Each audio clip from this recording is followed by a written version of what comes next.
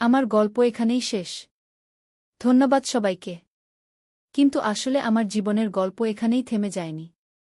আরও অনেক কিছু ঘটেছে যা আমি আপনাদের বলতে চাই। তুলির বিয়ের পর আমাদের বাড়িতে একটা নতুন সদস্য এলো। তুলির শ্বশুর নবীন দা। তার বয়স ৫৫ বছর। স্ত্রী মারা গেছে ১০ বছর আগে। নবীন দা প্রথমেই আমার প্রশংসা করতে লাগল। বলতো, মিতা বৌমা, আপনার মতো নারী খুব কমই দেখেছি। আমি প্রথমে এটাকে সাধারণ প্রশংসা মনে করেছিলাম। কিন্তু ধীরে ধীরে তার আচরণ অদ্ভুত হতে লাগল। একদিন নবীন দা আমাকে একা পেয়ে বলল, মিতা, আমি তোমাকে ভালোবেসে ফেলেছি। আমি চমকে গিয়ে বললাম, আপনি কি বলছেন? আমি তো আপনার সমবয়সী পুত্রবধূর মা। নবীন দা বলল, বয়স শুধু সংখ্যা। আমার হৃদয় তোমার জন্য কাঁদে। আমি ভয় পেয়ে শুভকে সব বললাম। শুভ রেগে গিয়ে নবীন দার সাথে কথা বলল। কিন্তু নবীন দা বলল, আমি কোনো অন্যায় কাজ করিনি। আমি শুধু আমার অনুভূতি প্রকাশ করেছি। এই ঘটনা তুলির বিয়ের পর পারিবারিক সমস্যার সৃষ্টি করল। তুলি কিছু বুঝতে পারছিল না। রিয়াদ এসে নবীন দার সাথে কঠোর কথা বলল। নবীন দা বলল, তোমার মায়ের মধ্যে এমন একটা আকর্ষণ আছে যা পুরুষদের পাগল করে দেয়। রিয়াদ রেগে গিয়ে বলল, আপনি আমার মায়ের সম্মানহানি করছেন। নবীন দা বলল, আমি তার সম্মানহানি করছি না। আমি তাকে ভালোবাসি। এই সমস্যা কয়েক মাস চল। অবশেষে তুলির স্বামী তার বাবাকে বুঝিয়ে বলল। নবীন দা শেষ পর্যন্ত আমার কাছে ক্ষমা চেয়ে বলল, আমি আমার একাকিত্বের কারণে ভুল পথে গিয়েছিলাম। এই ঘটনার পর আমি ভাবতে লাগলাম, কেন আমার সাথে বারবার এমন ঘটছে। রিয়াদ, অভিজিৎ, করিম আর এখন নবীন দা। আমি একজন বিশেষজ্ঞ মনোবিদের কাছে গেলাম। তিনি আমার সাথে বিস্তারিত কথা বললেন। তিনি বললেন, আপনার মধ্যে একটা বিশেষ গুণ আছে। আপনি যাকে স্নেহ করেন সে সেটাকে ভুল অর্থে নিয়ে নেয়। তিনি আরও বললেন, আপনার ব্যক্তিত্ব এমন যে পুরুষরা আপনার কাছ থেকে মাতৃস্নেহ খোঁজে, কিন্তু সেটাকে প্রেম মনে করে। আমি জিজ্ঞেস করলাম, তাহলে আমি কি করব? তিনি বললেন, আপনি নিজেকে পরিবর্তন করার দরকার নেই। শুধু আরও সাবধান হতে হবে। এরপর থেকে আমি আরও বেশি সতর্ক হয়ে চলতে লাগলাম। কিন্তু সমস্যা এখানেই শেষ হল না। সুমির দ্বিতীয় সন্তান হওয়ার পর আরেকটা অদ্ভুত ঘটনা ঘটল। রিয়াদের এক কলিগ সুদীপ আমাদের বাড়িতে আসত। সে রিয়াদের খুব ভালো বন্ধু। সুদীপের বয়স ৩০ বছর। অবিবাহিত। খুব ভদ্র ছেলে। প্রথমে সুদীপ খুব স্বাভাবিক আচরণ করত। কিন্তু একদিন সে আমাকে বলল, আন্টি, আপনি আমার মায়ের চেয়েও ভালো। আমি বললাম, কেন এমন বলছ? সুদীপ বলল, আমার মা আমাকে ভালোবাসেন না। কিন্তু আপনি যেভাবে আমার যত্ন নেন সেটা দেখে আমার খুব ভালো লাগে। আমি এটাকে সাধারণ কথা মনে করেছিলাম। কিন্তু কয়েকদিন পর সুদীপ আমাকে বলল, আন্টি, আমি আপনার ছেলে হতে চাই। আমি অবাক হয়ে বললাম, তুমি তো রিয়াদের বন্ধু। আমাকে আন্টি ডাকো, এটাই যথেষ্ট। সুদীপ বলল, না আন্টি, আমি সত্যিকারের ছেলে হতে চাই। আমি আপনাকে মা ডাকতে চাই। আমি বুঝতে পারলাম সুদীপেরও কোনো মানসিক সমস্যা আছে। রিয়াদকে বিষয়টি জানালাম। রিয়াদ সুদীপের সাথে কথা বলল। সুদীপ রিয়াদকে বলল, ভাই, তোমার মা খুবই ভালো। আমি তার কাছ থেকে মায়ের ভালোবাসা পাই। রিয়াদ বুঝতে পারল যে সুদীপের শৈশবে মায়ের ভালোবাসার অভাব ছিল। রিয়াদ সুদীপকে একজন মনোবিদের কাছে নিয়ে গেল। চিকিৎসার পর জানা গেল যে সুদীপের মা তাকে ছোটবেলা থেকেই অবহেলা করতেন। ধীরে ধীরে সুদীপের অবস্থার উন্নতি হল। সে এখন একটি মেয়েকে বিয়ে করেছে। কিন্তু এই ঘটনাগুলো আমার মনে একটা প্রশ্ন জাগিয়েছে। কেন আমার কাছে এত মানুষ মায়ের ভালোবাসা খুঁজতে আসে? আমি আমার মনোবিদ ডাক্তারকে এই প্রশ্ন করলাম। তিনি বললেন, আপনি একজন স্বাভাবিক মা। আপনার মাতৃত্ব এত প্রবল যে যারা মায়ের ভালোবাসা পায়নি তারা আপনার কাছে সেটা খুঁজে পায়। তিনি আরও বললেন, এটা আপনার দোষ নয়। এটা আপনার গুণ। আমি বললাম, কিন্তু এতে আমার সমস্যা হচ্ছে। আমি রাহুলকেও সাহায্য করলাম। এখন সে একটি সুস্থ সম্পর্কে আছে। এভাবে অনেক মানুষকে সাহায্য করতে করতে আমি বুঝলাম যে আমার জীবনের সব কষ্টের একটা মানে ছিল। রিয়াদের সেই ভুল অনুভূতি, অভিজিতের সমস্যা, করিমের আকর্ষণ, এসব কিছুর মাধ্যমে আমি শিখেছি কিভাবে মানুষের মনস্তত্ত্ব বুঝতে হয়। আজ আমি সেই জ্ঞান ব্যবহার করে অন্য মানুষদের সাহায্য করছি। আমার কাউন্সেলিং সেন্টার এখন এলাকায় বেশ প্রসিদ্ধ। স্থানীয় একটা পত্রিকায় আমার সম্পর্কে একটা আর্টিকেল বেরিয়েছে। শিরোনাম ছিল একজন মায়ের অনুপ্রেরণামূলক যাত্রা। রিয়াদ সেই আর্টিকেল দেখিয়ে বলল, মা, তুমি এখন একজন সেলিব্রিটি। আমি হেসে বললাম, সেলিব্রিটি নয়, আমি একজন সাধারণ মা, যে তার অভিজ্ঞতা দিয়ে অন্যদের সাহায্য করছে। মিতালি এখন 7 বছর বয়সী। সে আমার কাউন্সেলিং সেন্টারে মাঝে মাঝে আসে। একদিন মিতালি আমাকে জিজ্ঞেস করল, দাদু, তুমি কেন সবাইকে সাহায্য করো? আমি বললাম, কারণ সবার ভালোবাসার প্রয়োজন আছে। আর আমার কাছে অনেক ভালোবাসা আছে। মিতালি বলল, তুমি খুব ভালো দাদু। রিয়াদের দ্বিতীয় সন্তান এখন 2 বছর বয়সী। তার নাম অর্জুন। অর্জুন খুব দুষ্টু। সে আমার কাছে এলে পুরো বাড়ি মাথায় তুলে রাখে। কিন্তু আমার খুব ভালো লাগে। নাতিনাতনীরা আমার জীবনের আনন্দ। সুমি এখন একজন অভিজ্ঞ মা। সে আমার কাউন্সেলিং সেন্টারে সাহায্য করে। সুমি বলে, মা, আপনি আমাকে অনেক কিছু শিখিয়েছেন। এখন আমি সেই জ্ঞান অন্যদের দিতে পারি। তুলিও মা হয়েছে। তার একটি মেয়ে হয়েছে। নাম রাখা হয়েছে মায়া। আমি এখন 3টি নাতিনাতনীর দাদিমা। শুভে এখন পুরোপুরি অবসরে। সে আমার কাউন্সেলিং সেন্টারের ম্যানেজমেন্টের কাজ করে। শুভ বলে, তোমার এই কাজ দেখে আমার গর্ব হয়। আমি কখনো কখনো ভাবি, যদি সেদিন নির্বাচন অফিসে রিয়াদ সত্যি কথা বলত, তাহলে কি হতো? হয়তো আমার জীবন অনেক সহজ হতো। কিন্তু আমি এত মানুষকে সাহায্য করার সুযোগ পেতাম না। আমার বিশ্বাস, জীবনে যা কিছু ঘটে সব কিছুরই একটা কারণ আছে। আমার সাথে যেসব অদ্ভুত ঘটনা ঘটেছে সেগুলো আমাকে প্রস্তুত করেছে এই কাজের জন্য। আজ যখন কোনো কষ্ট করা মানুষ আমার কাছে এসে বলে, আপনি আমার জীবন বাঁচিয়েছেন, তখন আমার মনে হয় আমার সব কষ্ট সার্থক হয়েছে। গত সপ্তাহে একটি ছেলে এসেছিল। তার নাম শুভদীপ। সে আত্মহত্যার চেষ্টা করেছিল। কারণ জিজ্ঞেস করলে বলল, আমার মা আমাকে ভালোবাসেন না। আমি বাঁচতে চাই না। আমি শুভদীপের সাথে অনেক কথা বললাম। তাকে বুঝিয়ে বললাম যে জীবনে অনেক কিছু আছে। এখন শুভদীপ নিয়মিত আমার কাছে আসে। তার মানসিক অবস্থার অনেক উন্নতি হয়েছে। এরকম অনেক মানুষকে আমি সাহায্য করেছি। প্রতিটি সাফল্যের গল্প আমাকে আরও অনুপ্রাণিত করে। আমার কাউন্সেলিং সেন্টার এখন সরকারি স্বীকৃতি পেয়েছে। স্থানীয় প্রশাসন আমাকে সম্মাননা দিয়েছে। কিন্তু সবচেয়ে বড় পুরস্কার হচ্ছে মানুষের ভালোবাসা। যারা আমার সাহায্য পেয়েছে তারা আমাকে অনেক শ্রদ্ধা করে। রিয়াদ প্রায় বলে, মা, তুমি অনেক মানুষের জীবন পরিবর্তন করেছ। আমি বলি, তারাও আমার জীবন পরিবর্তন করেছে। সত্যি কথা হলো, যাদের আমি সাহায্য করি তাদের কাছ থেকেও আমি অনেক কিছু শিখি। প্রতিটি মানুষের একটা আলাদা গল্প আছে। সেই গল্প শুনতে শুনতে আমি বুঝি যে কষ্ট সবার জীবনেই আছে। আমার নিজের কষ্ট তার তুলনায় অনেক ছোট। আজ আমি একজন সুখী নারী। আমার পরিবার সুখে আছে। আমি সমাজের কাজে লাগছি। আর কি চাই? কখনো কখনো রাতে একা বসে থাকি। মনে পড়ে সেই দিনগুলোর কথা, যখন রিয়াদ বলেছিল, মা, আমি তোমাকে বিয়ে করতে চাই। সেদিন আমার মনে হয়েছিল পৃথিবী শেষ হয়ে গেছে। আজ বুঝি সেটাই ছিল আমার জীবনের শুরু। অফিসের লম্বা শাড়ি আর কাগজপত্রের গন্ধ আজও আমার নাকে লেগে আছে। ঘরে ফিরে এসেও সেই কথাগুলো কানে বাজছে। একটা ভোটার কার্ড বানাতে গিয়ে আমার পুরো জীবন উল্টপাল্ট হয়ে গেল। কিন্তু সেই উল্টপাল্ট হওয়াই আমার জীবনের সবচেয়ে ভালো জিনিস ছিল। আজ আমি গর্ব করে বলতে পারি যে আমি আমার জীবনের সদ্ব্যবহার করেছি। যেসব কষ্ট পেয়েছি সেগুলো থেকে শিক্ষা নিয়েছি। আর সেই শিক্ষা দিয়ে অন্যদের সাহায্য করুন। তাহলে আপনার জীবনও অর্থবহ হয়ে উঠবে। আমার গল্পের মাধ্যমে আমি এটাই বোঝাতে চেয়েছি। কিন্তু আরও একটা কথা বলতে চাই। আমার কাউন্সেলিং সেন্টারে আসা মানুষদের মধ্যে একজনের কথা বিশেষভাবে মনে পড়ে। তার নাম ছিল প্রিয়াঙ্কা। বয়স 25 বছর। প্রিয়াঙ্কা প্রথমে আমার কাছে এসেছিল অন্য একটা সমস্যা নিয়ে।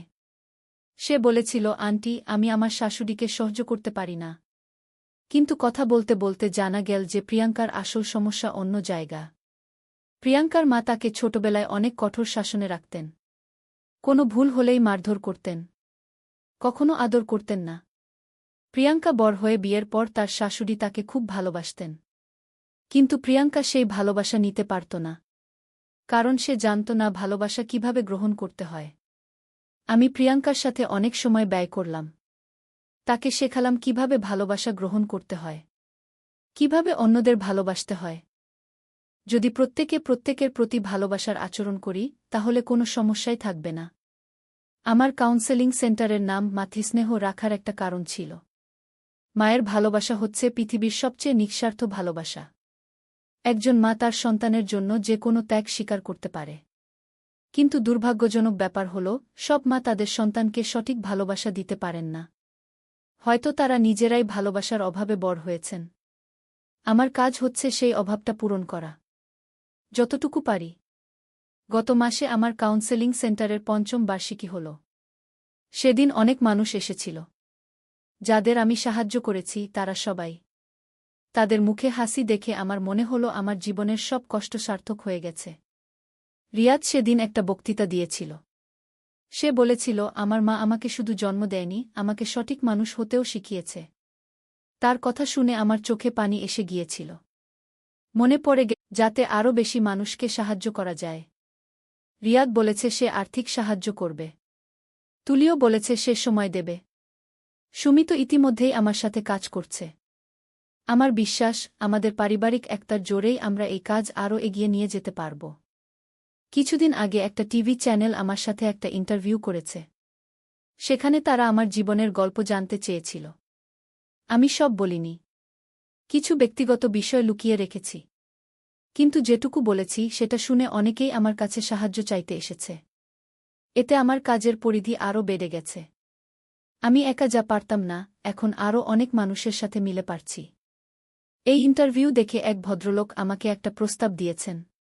তিনি বলেছেন, আপনার জীবনের গল্প নিয়ে একটা বই লিখতে চাই। আমি প্রথমে রাজি হইনি। কিন্তু পরে ভেবে দেখেছি এতে হয়তো আরও মানুষের উপকার হবে। তাই লেখার জন্য রাজি হয়েছি। তবে শর্ত দিয়েছি যে বইয়ের সব আয় আমার কাউন্সেলিং সেন্টারে দান করতে হবে। লেখক সাহেব রাজি হয়েছেন। আশা করি বইটা বেরুলে অনেকেরই উপকার হবে। বিশেষ করে যারা জীবনে বিভিন্ন সমস্যার সম্মুখীন হচ্ছেন তাদের। আমার বিশ্বাস, আমার গল্প থেকে তারা শক্তি পাবেন। বুঝবেন যে কোনো সমস্যারই সমাধান আছে। হাল ছাড়লে চলবে না। আমি এখন ৫০ বছর বয়সে পা দিয়েছি। এই বয়সে এসে আমি বুঝতে পারছি যে জীবন কত দ্রুত চলে যায়। মনে হচ্ছে গতকালই তো আমি সেই নির্বাচন অফিসে গিয়েছিলাম। রিয়াদ বলেছিল আমরা স্বামী স্ত্রী। আর আজ সেই রিয়াদ ২ সন্তানের বাবা। তুলি বিয়ে করে নিজের সংসার করছে। আমি নাতিনাতনীদের দাদিমা। সময় সত্যিই দ্রুত চলে যায়। কিন্তু এই সময়ের মধ্যে যা করেছি তা নিয়ে আমার কোনো অনুশোচনা নেই। আমি আমার সাধ্য অনুযায়ী চেষ্টা করেছি। নিজের পরিবারের যত্ন নিয়েছি। সমাজের জন্য কাজ করেছি। এর চেয়ে বেশি আর কি চাওয়ার আছে? অবশ্য একটা ইচ্ছা আছে। আমার নাতিনাতনীদের বড় হতে দেখার। তাদের সফল মানুষ হতে দেখার। আমার কাউন্সেলিং সেন্টারের কাজ আরও বিস্তৃত করার। আরও অনেক মানুষকে সাহায্য করার। এই ইচ্ছাগুলো পূরণ করার জন্য আমি আরও কিছুদিন বেঁচে থাকতে চাই। সুস্থ থাকতে চাই। আমার বিশ্বাস, আল্লাহ আমাকে সেই সুযোগ দেবেন। কারণ আমি ভালো কাজ করার চেষ্টা করছি। মানুষের উপকার করার চেষ্টা করছি। আর আল্লাহ ভালো কাজের মানুষদের সাহায্য করেন।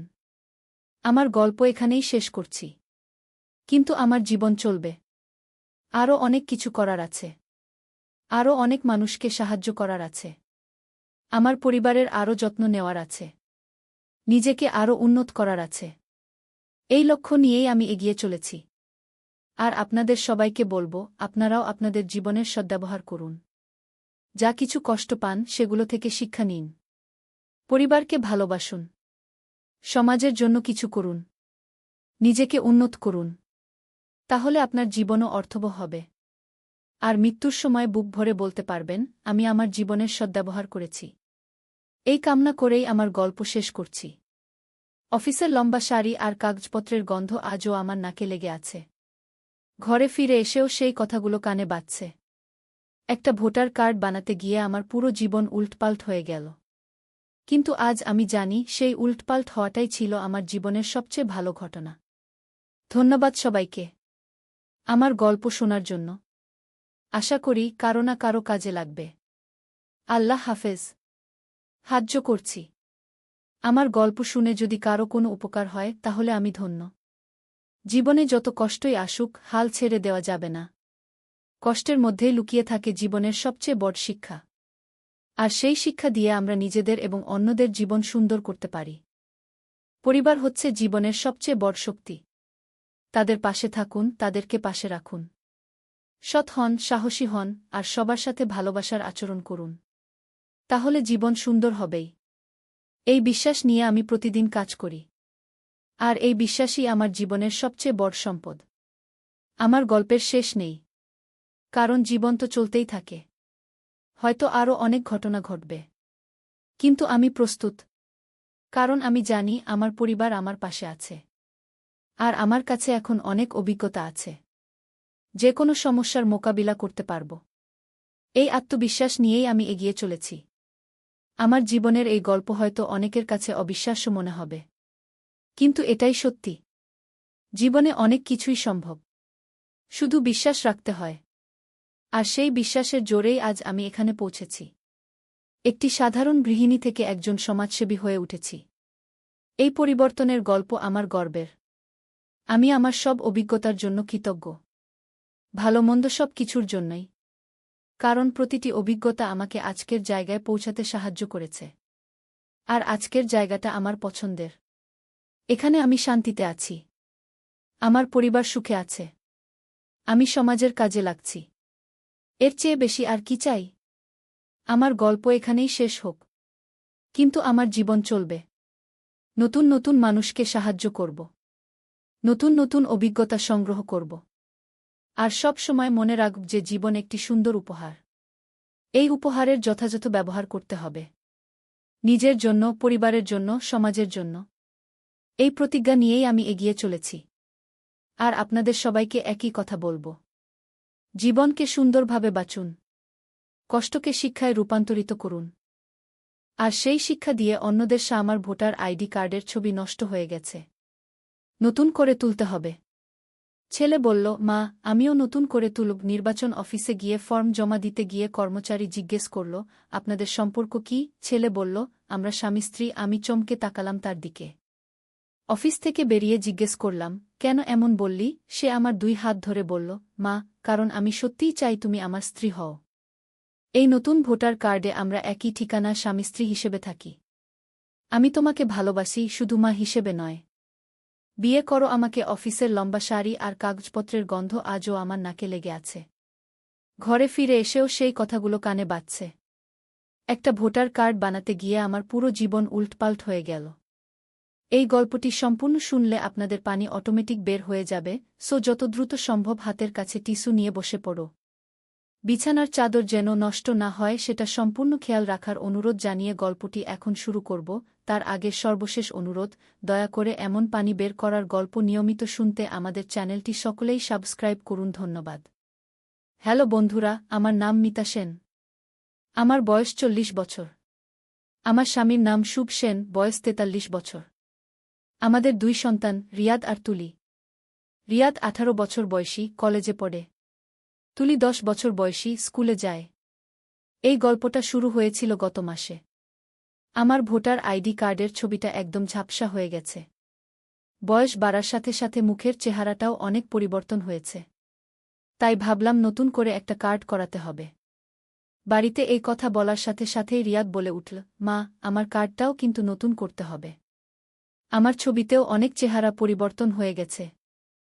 সকালবেলা আমরা দুজনে মিলে নির্বাচন অফিসে রওনা দিলাম। রাস্তায় যেতে যেতে রিয়াদ নানান কথা বলছিল।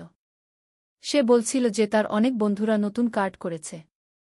আর কার্ডে এখন অনেক ভালো সুবিধা রয়েছে। ডিজিটাল যুগে সব কিছুই আগের চেয়ে উন্নত হয়েছে। নির্বাচন অফিসে পৌঁছে দেখি একটা লম্বা লাইন। অনেক মানুষ দাঁড়িয়ে আছে। কেউ নতুন কার্ড বানাতে এসেছে, কেউ পুরাতন কার্ড সংশোধন করতে এসেছে। আমরাও লাইনে দাঁড়ালাম। প্রায় 2 ঘন্টা অপেক্ষা করার পর আমাদের পালা এলো। কাউন্টারে একজন মধ্যবয়সী কর্মচারী বসে আছেন।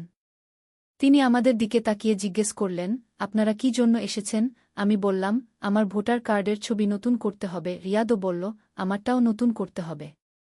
কর্মচারী আমাদের ফর্ম দিলেন। ফর্ম পূরণ করতে করতে আমি লক্ষ্য করলাম যে রিয়াদ খুবই মনোযোগ দিয়ে সব কিছু লিখছে। তার হাতের লেখা খুবই সুন্দর। আমার মনে হলো আমার ছেলে কত বড় হয়ে গেছে। এখন সে আর ছোট্ট বাচ্চা নেই। ফর্ম পূরণ করে আমরা আবার কাউন্টারে গেলাম। কর্মচারী আমাদের কাগজপত্র দেখতে লাগলেন। হঠাৎ তিনি জিজ্ঞেস করলেন, আপনাদের দুজনের মধ্যে সম্পর্কটা কি? আমি বলতে যাচ্ছিলাম যে রিয়াদ আমার ছেলে। কিন্তু রিয়াদ আমার আগেই বলে আমরা স্বামী স্ত্রী। আমি একদম হতবাক হয়ে গেলাম। কর্মচারীর দিকে তাকালাম, তারপর রিয়াদের দিকে।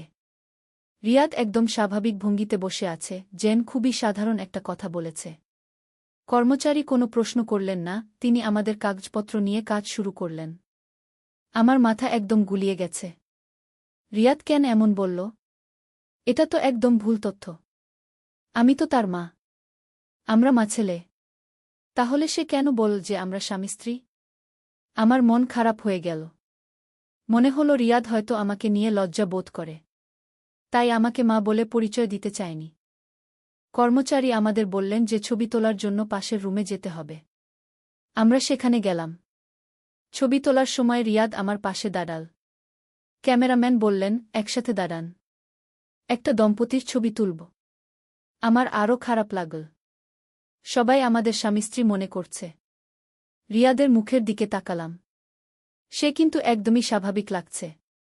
কোনো অস্বস্তি নেই তার চেহারায়। ছবি তোলা শেষ হলে আমরা আবার বাইরে এলাম। কর্মচারী বললেন, আপনাদের কার্ড 3 দিনের মধ্যে তৈরি হয়ে যাবে। তখন এসে নিয়ে যাবেন। আমরা তাকে ধন্যবাদ জানিয়ে অফিস থেকে বেরিয়ে এলাম। রাস্তায় হাঁটতে হাঁটতে আমার মনে হচ্ছিল রিয়াদকে জিজ্ঞেস করি কেন সে এমন বলেছে, কিন্তু কোনোভাবেই মুখ দিয়ে কথা বের হচ্ছে না। রিয়াদ আমার পাশে চুপচাপ হাঁটছে, মাঝে মাঝে আকাশের দিকে তাকাচ্ছে। একটা পার্কের পাশে এসে আমি আর পারলাম না। রিয়াদের হাত ধরে বললাম, এইখানে একটু বসি। পার্কে একটা বেঞ্চে আমরা বসলাম। চারদিকে অনেক মানুষ হাঁটাহাঁটি করছে, কিছু বাচ্চারা খেলাধুলা করছে। আমি রিয়াদের দিকে তাকিয়ে জিজ্ঞেস করলাম, তুমি অফিসে কেন বললে যে আমরা স্বামী স্ত্রী? এটা তো সম্পূর্ণ ভুল তথ্য। রিয়াদ আমার দিকে তাকাল। তার চোখে একটা অদ্ভুত ভাব। সে কিছুক্ষণ চুপ করে রইল। তারপর সে আমার 2 হাত ধরল। তার হাতগুলো কাঁপছে। সে বলল, মা, আমি তোমাকে একটা কথা বলতে চাই। আমি বললাম, বল। সে গভীর শ্বাস নিয়ে বলল, আমি অনেকদিন ধরে একটা কথা মনের ভেতর চেপে রেখেছি। আজ তোমাকে বলতেই হবে। আমার হৃদস্পন্দন বেড়ে গেল। কি বলবে রিয়াদ? কোনো বিপদের কথা? নাকি কোনো সমস্যার কথা? আমি বললাম, কি কথা? বল। রিয়াদ বলল, মা, কারণ আমি সত্যিই চাই তুমি আমার স্ত্রী হও। এই নতুন ভোটার কার্ডে আমরা একই ঠিকানা, স্বামী স্ত্রী হিসেবে থাকি। আমি তোমাকে ভালোবাসি, শুধু মা হিসেবে নয়। বিয়ে করো আমাকে। আমি একদম স্তব্ধ হয়ে গেলাম। কানে এসে আঘাত করল রিয়াদের কথাগুলো। আমি কি শুনলাম? রিয়াদ আমাকে বিয়ে করতে চায়? আমি তো তার মা। এটা কি বলছে সে? আমার মাথা ঘুরতে লাগল। চোখের সামনে সব কিছু ঝাপসা হয়ে গেল। রিয়াদের মুখ দেখতে পাচ্ছি না। তার কথাগুলো কানে আসছে, কিন্তু বুঝতে পারছি না।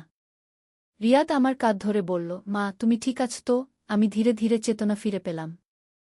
রিয়াদের দিকে তাকালাম। সে আমার দিকে চিন্তিত দৃষ্টিতে তাকিয়ে আছে। আমি বললাম, তুমি কি বলছো রিয়াদ? আমি তো তোমার মা। তুমি আমার ছেলে।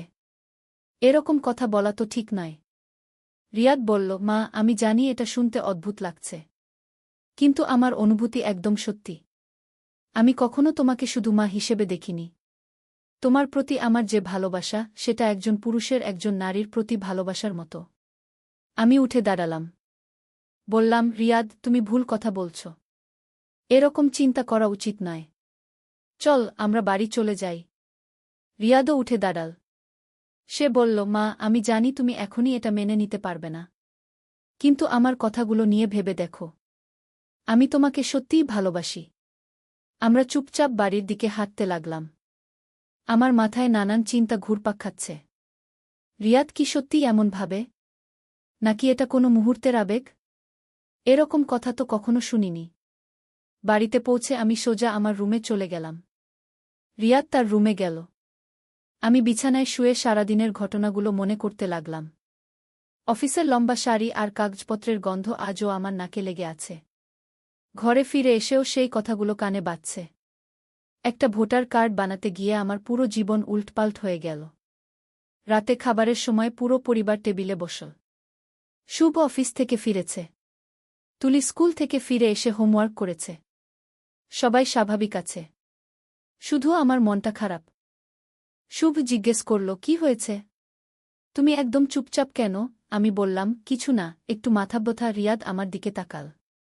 আমি তার দিকে তাকাতে পারলাম না।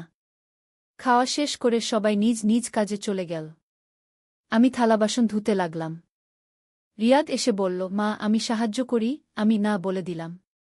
সে চলে গেল। রাতে বিছানায় শুয়ে আমি ভাবতে লাগলাম রিয়াদের কথাগুলো নিয়ে। সে কি সত্যিই আমাকে ভালোবাসে, নাকি এটা কোনো ভুল বোঝাবুঝি? আমি তো কখনো এরকম কিছু লক্ষ্য করিনি। পরের দিন সকালে নাশতার টেবিলে রিয়াদ আমার সাথে স্বাভাবিক আচরণ করল। কিন্তু আমি দেখলাম সে মাঝে মাঝে আমার দিকে একটা অদ্ভুত দৃষ্টিতে তাকাচ্ছে। দুপুরে রিয়াদ কলেজ থেকে ফিরে এসে আমাকে বলল, মা, আমি তোমার সাথে কথা বলতে চাই। আমি বললাম, বল। সে বলল, একা কথা বলতে চাই। আমরা বসার ঘরে গেলাম। রিয়াদ বলল, মা, আমি গতকাল যা বলেছি সেটা নিয়ে তুমি কি ভেবেছ? আমি বললাম, রিয়াদ, এরকম চিন্তা করা ঠিক নয়। আমি তোমার মা, তুমি আমার ছেলে। এই সম্পর্কটা খুবই পবিত্র। এটাকে অন্য কোনো দৃষ্টিতে দেখা উচিত নয়। রিয়াদ বলল, মা, কিন্তু ভালোবাসার তো কোনো নিয়মকানুন নেই। আমি তোমাকে একজন নারী হিসেবে ভালোবাসি। তোমার সৌন্দর্য, তোমার ব্যক্তিত্ব, সব কিছুই আমার ভালো লাগে। আমার মনে হল রিয়াদ হয়তো কোনো মানসিক সমস্যায় ভুগছে। আমি বললাম, তুমি হয়তো কোনো ভুল চিন্তায় পড়ে গেছ। একজন ডাক্তারের সাথে কথা বলা উচিত। রিয়াদ রেগে গেল। সে বলল, আমি পাগল নই মা। আমার অনুভূতি একদম সত্যি। আমি জানি সমাজ এটাকে মেনে নেবে না, কিন্তু আমার কাছে তুমিই সবচেয়ে সুন্দর নারী। আমি উঠে দাঁড়ালাম। বললাম, রিয়াদ, তুমি এরকম কথা আর বলো না। এটা আমার কষ্ট লাগছে। রিয়াদের চোখে পানি এসে গেল। সে বলল, মা, আমি তোমাকে কষ্ট দিতে চাই না, কিন্তু আমার মনের কথা তোমাকে বলতেই হতো। আমি রান্নাঘরে চলে গেলাম। রিয়াদ তার রুমে চলে গেল। সারাদিন আমরা আর কথা বলিনি। এভাবে কয়েকদিন কেটে গেল। রিয়াদ আমার সাথে স্বাভাবিক আচরণ করছে, কিন্তু আমি তার দিকে তাকাতে পারছি না। তার সাথে কথা বলতে অস্বস্তি লাগছে। 3 দিন পর আমরা আবার নির্বাচন অফিসে গেলাম নতুন কার্ড নিতে। কর্মচারী আমাদের কার্ড দিলেন। আমি দেখলাম আমার কার্ডে রিয়াদের নাম স্বামী হিসেবে লেখা আছে। রিয়াদের কার্ডে আমার নাম স্ত্রী হিসেবে লেখা আছে। আমি কর্মচারীকে বললাম, এখানে ভুল হয়েছে। এ তো আমার ছেলে, স্বামী নয়। কর্মচারী বললেন, আপনারা নিজেরাই তো বলেছেন যে আপনারা স্বামী স্ত্রী। ফর্মেও তাই লেখা। আমি রিয়াদের দিকে তাকালাম। সে মৃদু হেসে বলল, ঠিক আছে মা, এভাবেই থাকুক। আমি বললাম, না, এটা সংশোধন করতে হবে। কর্মচারী বললেন, সংশোধন করতে হলে আবার নতুন আবেদন করতে হবে। আমি ভাবলাম, এত ঝামেলা কেন করব? যাই হোক, কার্ড তো তৈরি হয়ে গেছে। পরে সুযোগ মতো সংশোধন করে নেব। বাড়ি ফিরে আমি শুভকে পুরো ব্যাপারটা বললাম। শুভ হেসে বলল, এটা তো কোনো বড় সমস্যা নয়। কার্ডে ভুল তথ্য লেখা হয়েছে, পরে ঠিক করে নেব। কিন্তু আমি শুভকে রিয়াদের সেই কথাগুলোর কথা বলতে পারলাম না। কিভাবে বলব যে আমার ছেলে আমাকে বিয়ে করতে চায়? দিনগুলো কেটে যেতে লাগল। রিয়াদ আর কখনো সেই বিষয়ে কোনো কথা বলেনি। কিন্তু আমি লক্ষ্য করছি সে আমার দিকে অন্যরকম দৃষ্টিতে তাকা। যখন আমি কোনো কাজ করি সে দূর থেকে আমাকে দেখতে থাকে। একদিন আমি বারান্দায় কাপড় শুকাতে দিচ্ছি। রিয়াদ এসে বলল, মা, আমি সাহায্য করি। আমি বললাম, না, আমি পারব। সে বলল, তুমি খুব সুন্দর দেখাচ্ছ আজ। আমি চমকে গেলাম। বললাম, রিয়াদ, এরকম কথা বলো না। সে বলল, কেন? সত্যি কথা বলা কি অপরাধ? আমি কাপড় শুকানো শেষ করে ভেতরে চলে গেলাম। রিয়াদও আমার পিছু পিছু এলো। সে বলল, মা, তুমি আমাকে এড়িয়ে চলছ কেন? আমি বললাম, আমি তোমাকে এড়িয়ে চলছি না। আমি স্বাভাবিক আছি। রিয়াদ বলল, না মা, তুমি স্বাভাবিক নেই। আমার সাথে আগের মতো ব্যবহার করো না। আমি বসার ঘরে গিয়ে সোফায় বসলাম। রিয়াদ আমার সামনে চেয়ারে বসল। সে বলল, মা, আমি তোমাকে কষ্ট দিতে চাই না, কিন্তু আমার অনুভূতি লুকিয়ে রাখাও কঠিন হয়ে পড়েছে। আমি বললাম, রিয়াদ, তুমি তোমার লেখাপড়ায় মন দাও। এসব অদ্ভুত চিন্তা মাথা থেকে বের করো। রিয়াদ বলল, মা, এটা কোনো অদ্ভুত চিন্তা নয়। এটা আমার সত্যিকারের অনুভূতি। আমি রাতে ঘুমাতে পারি না। সব সময় তোমার কথা ভাবি। আমার হৃদস্পন্দন বেড়ে গেল। রিয়াদের কথাগুলো শুনে আমার খুব অস্বস্তি লাগছে। আমি বললাম, তুমি হয়তো কোনো মানসিক চাপে আছো। ডাক্তার দেখাও। রিয়াদ রেগে গেল। সে বলল, আমি অসুস্থ নই মা। আমি জানি আমার কী অনুভূতি। তুমি কেন এটা মানতে পারছ না? আমি উঠে দাঁড়ালাম। বললাম, আমি এই বিষয়ে আর কথা বলতে চাই না। রিয়াদ আমার হাত ধরল। সে বলল, মা, একবার আমার কথা শোনো। আমি হাত ছাড়িয়ে নিলাম। বললাম, না রিয়াদ, আমি শুনতে চাই না। আমি রান্নাঘরে চলে গেলাম। রান্নাঘরে গিয়ে আমি চুলার পাশে দাঁড়ালাম। আমার সারা শরীর কাঁপছে। রিয়াদের কথাগুলো আমার মাথায় ঘুরপাক খাচ্ছে। আমি কি করব? এই সমস্যার সমাধান কি? একটু পরে রিয়াদ রান্নাঘরে এলো। সে বলল, মা, আমি চা বানাই। আমি মাথা নাড়লাম। সে চা বানাতে লাগল। আমি তার দিকে তাকালাম। সত্যিই তো, রিয়াদ অনেক বড় হয়ে গেছে। লম্বা, সুদর্শন। কিন্তু সে তো আমার ছেলে। চা বানানো শেষ হলে রিয়াদ আমাকে একটা কাপ দিল। আমি চুমুক দিলাম। চা খুব ভালো হয়েছে। রিয়াদ বলল, কেমন হয়েছে? আমি বললাম, ভালো। রিয়াদ বলল, মা, আমি তোমার জন্য যে কোনো কিছু করতে পারি। তুমি যা চাইবে তাই করব। আমি বললাম, আমি চাই তুমি এসব কথা ভুলে যাও। রিয়াদ চুপ করে গেল। সে তার চা শেষ করে চলে গেল। সন্ধ্যায় শুভ অফিস থেকে ফিরল। তুলি খেলাধুলা করে ক্লান্ত হয়ে বিছানায় শুয়ে পড়েছে। রিয়াদ তার রুমে পড়াশোনা করছে। রাতের খাবারের সময় সবাই একসাথে বসল। শুভ বলল, আজ অফিসে একটা মজার ঘটনা ঘটেছে। তুলি আগ্রহ নিয়ে জিজ্ঞেস করল, কি ঘটেছে বাবা? শুভ বলতে লাগল, আমাদের একটা নতুন কর্মচারী এসেছে। সে তার প্রথম দিনে অফিসের বসের সাথে নিজেকে ভাই বলে পরিচয় দিয়েছে। তুলি হেসে বলল, কেন? শুভ বলল, সে ভেবেছিল এতে তার চাকরি নিরাপদ হবে। কিন্তু বস রেগে গিয়ে তাকে বের করে দিয়েছে। আমি রিয়াদের দিকে তাকালাম। সে মাথা নিচু করে খাচ্ছে। শুভের কথা শুনে আমার মনে পড়ল নির্বাচন অফিসের ঘটনা। খাওয়া শেষ করে সবাই টিভি দেখতে বসল। একটা পারিবারিক নাটক চলছে। নাটকে একটা ছেলে তার মায়ের প্রতি অতিরিক্ত ভালোবাসা দেখাচ্ছে। আমি অস্বস্তি বোধ করলাম। চ্যানেল চেঞ্জ করে দিলাম। রিয়াদ আমার দিকে তাকাল। সে বুঝতে পারল আমি কেন চ্যানেল পরিবর্তন করেছি। রাতে শোবার সময় শুভ আমাকে জিজ্ঞেস করল, তুমি কেমন যেন আছো? কোনো সমস্যা? আমি বললাম, না, কোনো সমস্যা নেই। শুভ বলল, কিছু মনে হলে আমাকে বলো। আমি শুভকে কিছু বলতে পারলাম না। কিভাবে বলব যে আমার ছেলে আমাকে বিয়ে করতে চায়? শুভ কি ভাববে? পরের দিন সকালে শুভ আর তুলি বের হয়ে গেল। ঘরে আমি আর রিয়াদ একা। রিয়াদ কলেজে যাওয়ার জন্য তৈরি হচ্ছে। আমি বললাম, রিয়াদ, তুমি কলেজে কোনো মেয়ের সাথে বন্ধুত্ব করো? রিয়াদ থমকে গেল। সে বলল, কেন এই প্রশ্ন মা? আমি বললাম, তোমার বয়স হয়েছে। বিয়েশাদির কথা ভাবা উচিত। রিয়াদ বলল, আমি তো তোমাকেই বিয়ে করতে চাই। আমি বললাম, রিয়াদ, তুমি আবার সেই কথা শুরু করলে? রিয়াদ বলল, মা, আমি অন্য কোনো মেয়েকে ভালোবাসতে পারব না। আমি রেগে গেলাম। বললাম, তুমি বাইরে গিয়ে অন্য মেয়েদের সাথে মেলামেশা করো। তাহলে এসব অদ্ভুত চিন্তা মাথা থেকে চলে যাবে। রিয়াদ বলল, আমি চেষ্টা করেছি মা। কিন্তু কোনো মেয়েকেই তোমার মতো সুন্দর মনে হয় না। আমি আর কিছু বললাম না। রিয়াদ কলেজে চলে গেল। দুপুরে আমার বোন রিনা বাড়িতে এলো। আমরা অনেকদিন পর দেখা হলো। রিনা বলল, তুই কেমন যেন দেখাচ্ছিস? শরীর খারাপ? আমি বললাম, না, কিছু না। রিনা বলল, রিয়াদ কেমন আছে? সে তো অনেক বড় হয়ে গেছে। আমি বললাম, হ্যাঁ, সে এখন কলেজে পড়ে। রিনা বলল, তার বিয়েশাদির কথা ভাবছ? আমার মনে হলো রিনার কাছে আমার সমস্যার কথা বলি।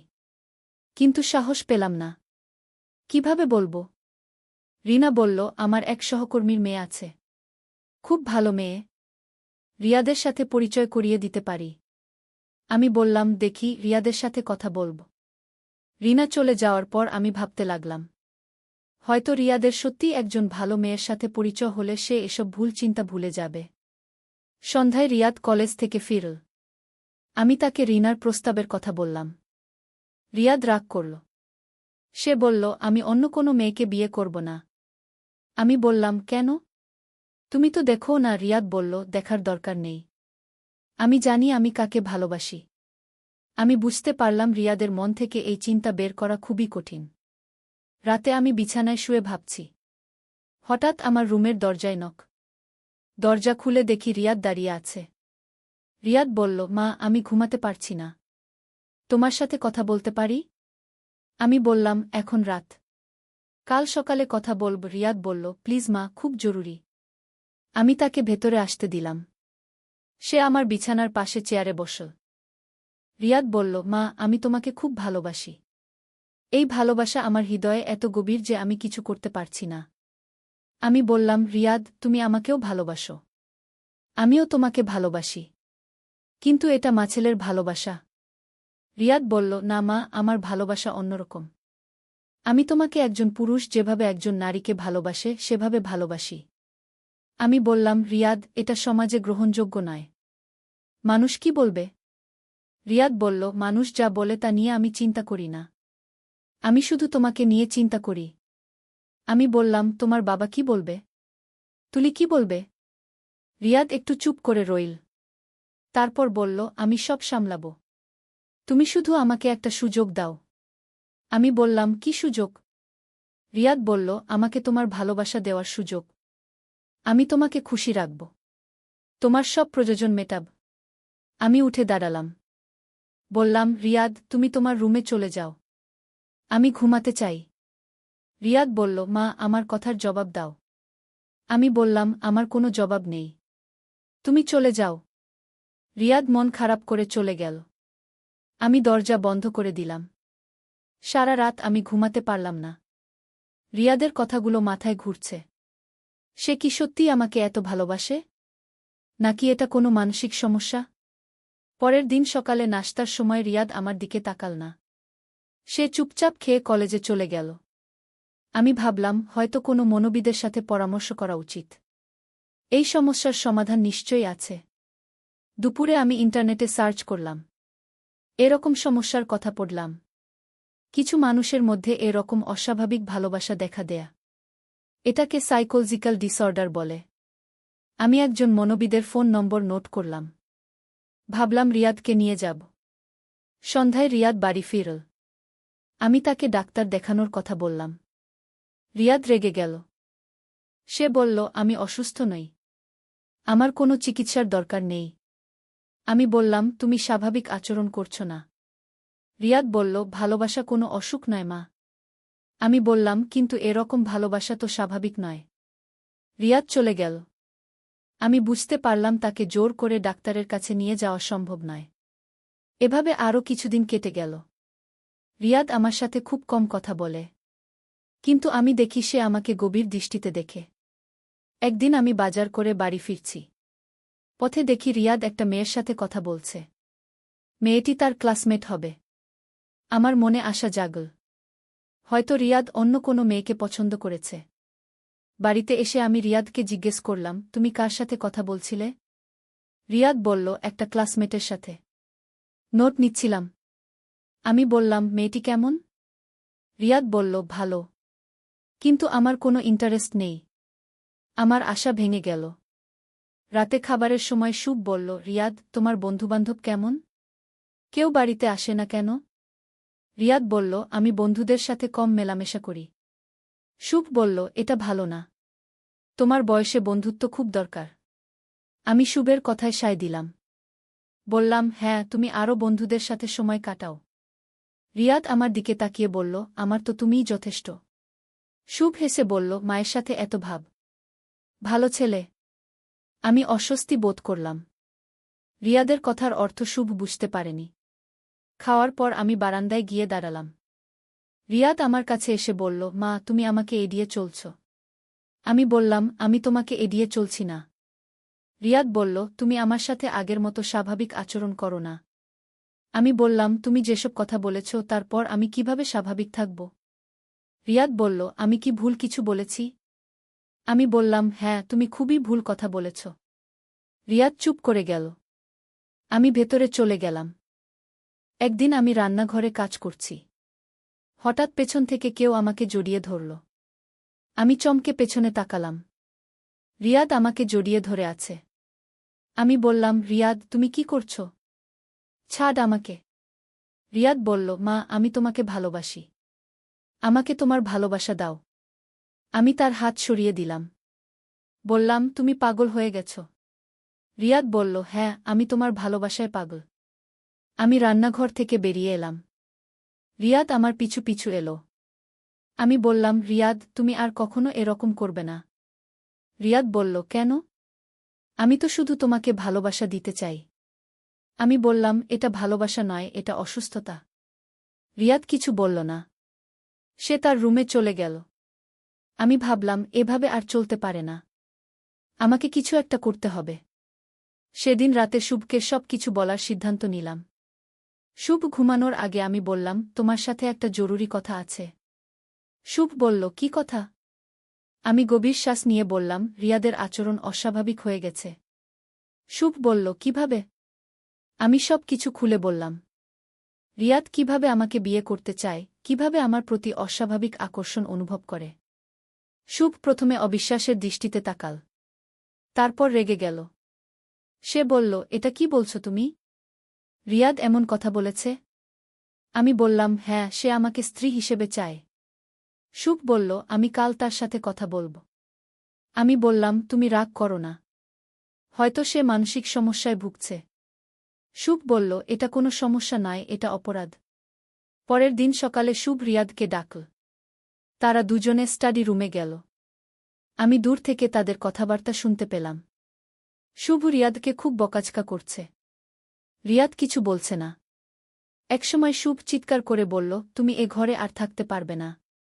আমি ভয় পেয়ে গেলাম। শুভ রিয়াদকে বাড়ি থেকে বের করে দেবে? রিয়াদ তার রুম থেকে বেরিয়ে এলো। তার চোখে পানি। সে আমার দিকে তাকিয়ে বলল, মা, তুমি বাবাকে সব বলেছ? আমি বললাম, আমার কোনো উপায় ছিল না। রিয়াদ বলল, তুমি আমার সাথে বিশ্বাসঘাতকতা করেছ। আমি বললাম, আমি তোমার ভালোর জন্য বলেছি। রিয়াদ বলল, আমার ভালো কি সেটা আমি ভালো জানি। শুভ বেরিয়ে এসে বলল, রিয়াদ, তুমি এই বাড়িতে আর থাকতে পারো না। তোমার মামার বাড়িতে চলে যাও। রিয়াদ বলল, আমি কোথাও যাব না। শুভ রেগে গেল।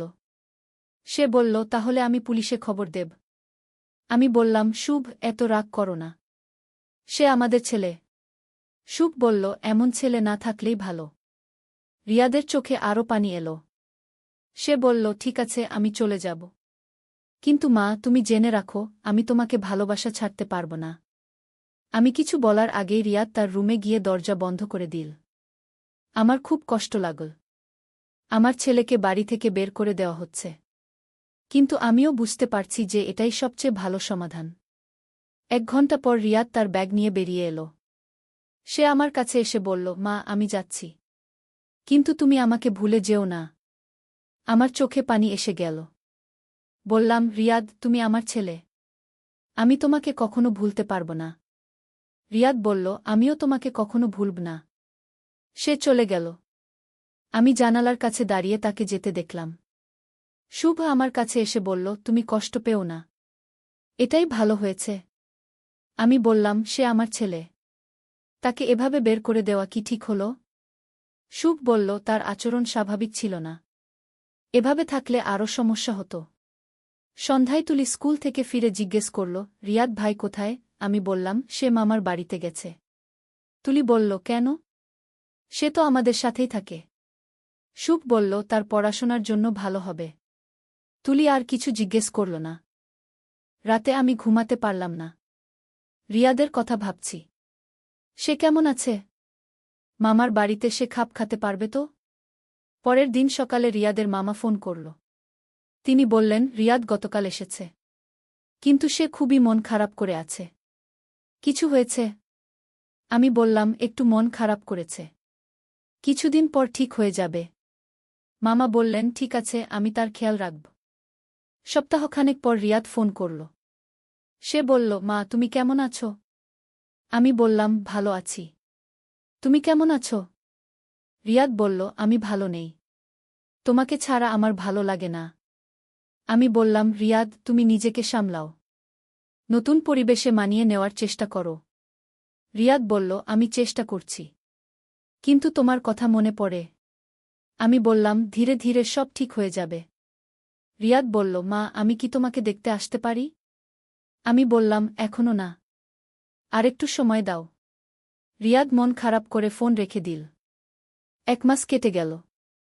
রিয়াদ মাঝে মাঝে ফোন করে, কিন্তু সে আর আগের মতো অদ্ভুত কথা বলে না। একদিন রিয়াদের মামা আমাদের বাড়িতে এলেন। তিনি বললেন, রিয়াদ অনেক পরিবর্তন হয়েছে। সে এখন স্বাভাবিক আচরণ করে। আমার মনে আশা জাগল। জিজ্ঞেস করলাম, সে কি করে? মামা বললেন, সে পড়াশোনায় মনোযোগ দিয়েছে। একটা মেয়ের সাথে বন্ধুত্ব করেছে। আমি খুশি হলাম। বললাম, সত্যি? সে কি বলেছে মেয়েটি সম্পর্কে? মামা বললেন, বলেছে মেয়েটি খুব ভালো। হয়তো বিয়ে করতে চায়। শুভ বলল, এটা তো খুব ভালো খবর। আমি বললাম, রিয়াদ কি বাড়িতে আসতে পারে? মামা বললেন, আমি তাকে জিজ্ঞেস করে দেখি। পরের দিন রিয়াদ ফোন করল। সে বলল, মা, আমি বাড়িতে যেতে চাই। আমি বললাম, আস। রিয়াদ বলল, বাবা রাগ করবেন না তো? আমি বললাম, না, তিনি রাগ করবেন না। শুভের সাথে কথা বলে দেখলাম। শুভ বলল, সে যদি স্বাভাবিক আচরণ করে তাহলে আসতে পারে। পরের সপ্তাহে রিয়াদ বাড়িতে এলো। আমি তাকে দেখে খুশি হলাম। সে অনেক রোগা হয়ে গেছে, কিন্তু তার চোখে মুখে একটা শান্তি। রিয়াদ আমার পায়ে হাত দিয়ে সালাম করল। বলল, মা, আমি তোমার কাছে ক্ষমা চাই। আমি তার মাথায় হাত দিয়ে বললাম, তুমি আমার ছেলে। ক্ষমার কিছু নেই। রিয়াদ বলল, আমি বুঝতে পেরেছি যে আমি ভুল ছিলাম। একজন ছেলের তার মায়ের প্রতি যে ভালোবাসা থাকে সেটাই স্বাভাবিক। আমি বললাম, তুমি বুঝতে পেরেছ, এটাই যথেষ্ট। শুভ এসে রিয়াদের সাথে কথা বলল। রিয়াদ তার কাছেও ক্ষমা চাইল। সন্ধ্যায় পুরো পরিবার একসাথে বসল। রিয়াদ তার নতুন জীবনের কথা বলল। সে বলল, আমি একটা মেয়েকে পছন্দ করি। তার নাম সুমি। সে আমার ক্লাসমেট। তুলি খুশি হয়ে বলল, সত্যি? তাহলে তো আমার ভাবি হবে। রিয়াদ লজ্জায় মাথা নিচু করল। আমি জিজ্ঞেস করলাম, মেয়েটি কেমন? রিয়াদ বলল, খুব ভালো। সুন্দর, শিক্ষিত। তার পরিবারও ভালো। শুভ বলল, তাহলে পরিচয় করিয়ে দাও। রিয়াদ বলল, আমি কথা বলে দেখি। সেদিন রাতে রিয়াদ আমার কাছে এসে বলল, মা, আমি তোমাকে ধন্যবাদ দিতে চাই। আমি জিজ্ঞেস করলাম, কেন? রিয়াদ বলল, তুমি আমাকে সঠিক পথ দেখিয়েছ। আমি যদি ওই ভুল পথে চলতে থাকতাম তাহলে আমার জীবন নষ্ট হয়ে যেত। আমি বললাম, মায়েরা সবসময় সন্তানদের ভালো চায়। রিয়াদ বলল, আমি এখন বুঝতে পারি যে তুমি আমার মা। এই সম্পর্কটা পৃথিবীর সবচেয়ে পবিত্র সম্পর্ক। আমার চোখে পানি এসে গেল। আমার ছেলে সত্যিই পরিবর্তন হয়েছে। এরপর থেকে রিয়াদ স্বাভাবিক জীবনযাত্রা শুরু করল। সে পড়াশোনায় মনোযোগ দিল। সুমির সাথে তার সম্পর্ক এগিয়ে গেল। 6 মাস পর রিয়াদ সুমিকে নিয়ে বাড়িতে এলো। সুমি একটা অসাধারণ মেয়ে। সুন্দর, ভদ্র, শিক্ষিত। রিয়াদের সাথে তার খুব মানিয়ে যায়। আমরা সুমির পরিবারের সাথে কথা বললাম। তারাও রিয়াদকে পছন্দ করল। 1 বছর পর রিয়াদ আর সুমির বিয়ে হল। বিয়ের দিন রিয়াদ আমার কাছে এসে বলল, মা, আজ আমার জীবনের সবচেয়ে খুশির দিন। আমি বললাম, আমারও। রিয়াদ বলল, তুমি না থাকলে আমি কখনো এই সুখ পেতাম না। আমি তার কপালে চুমু দিয়ে বললাম, সুখী হও।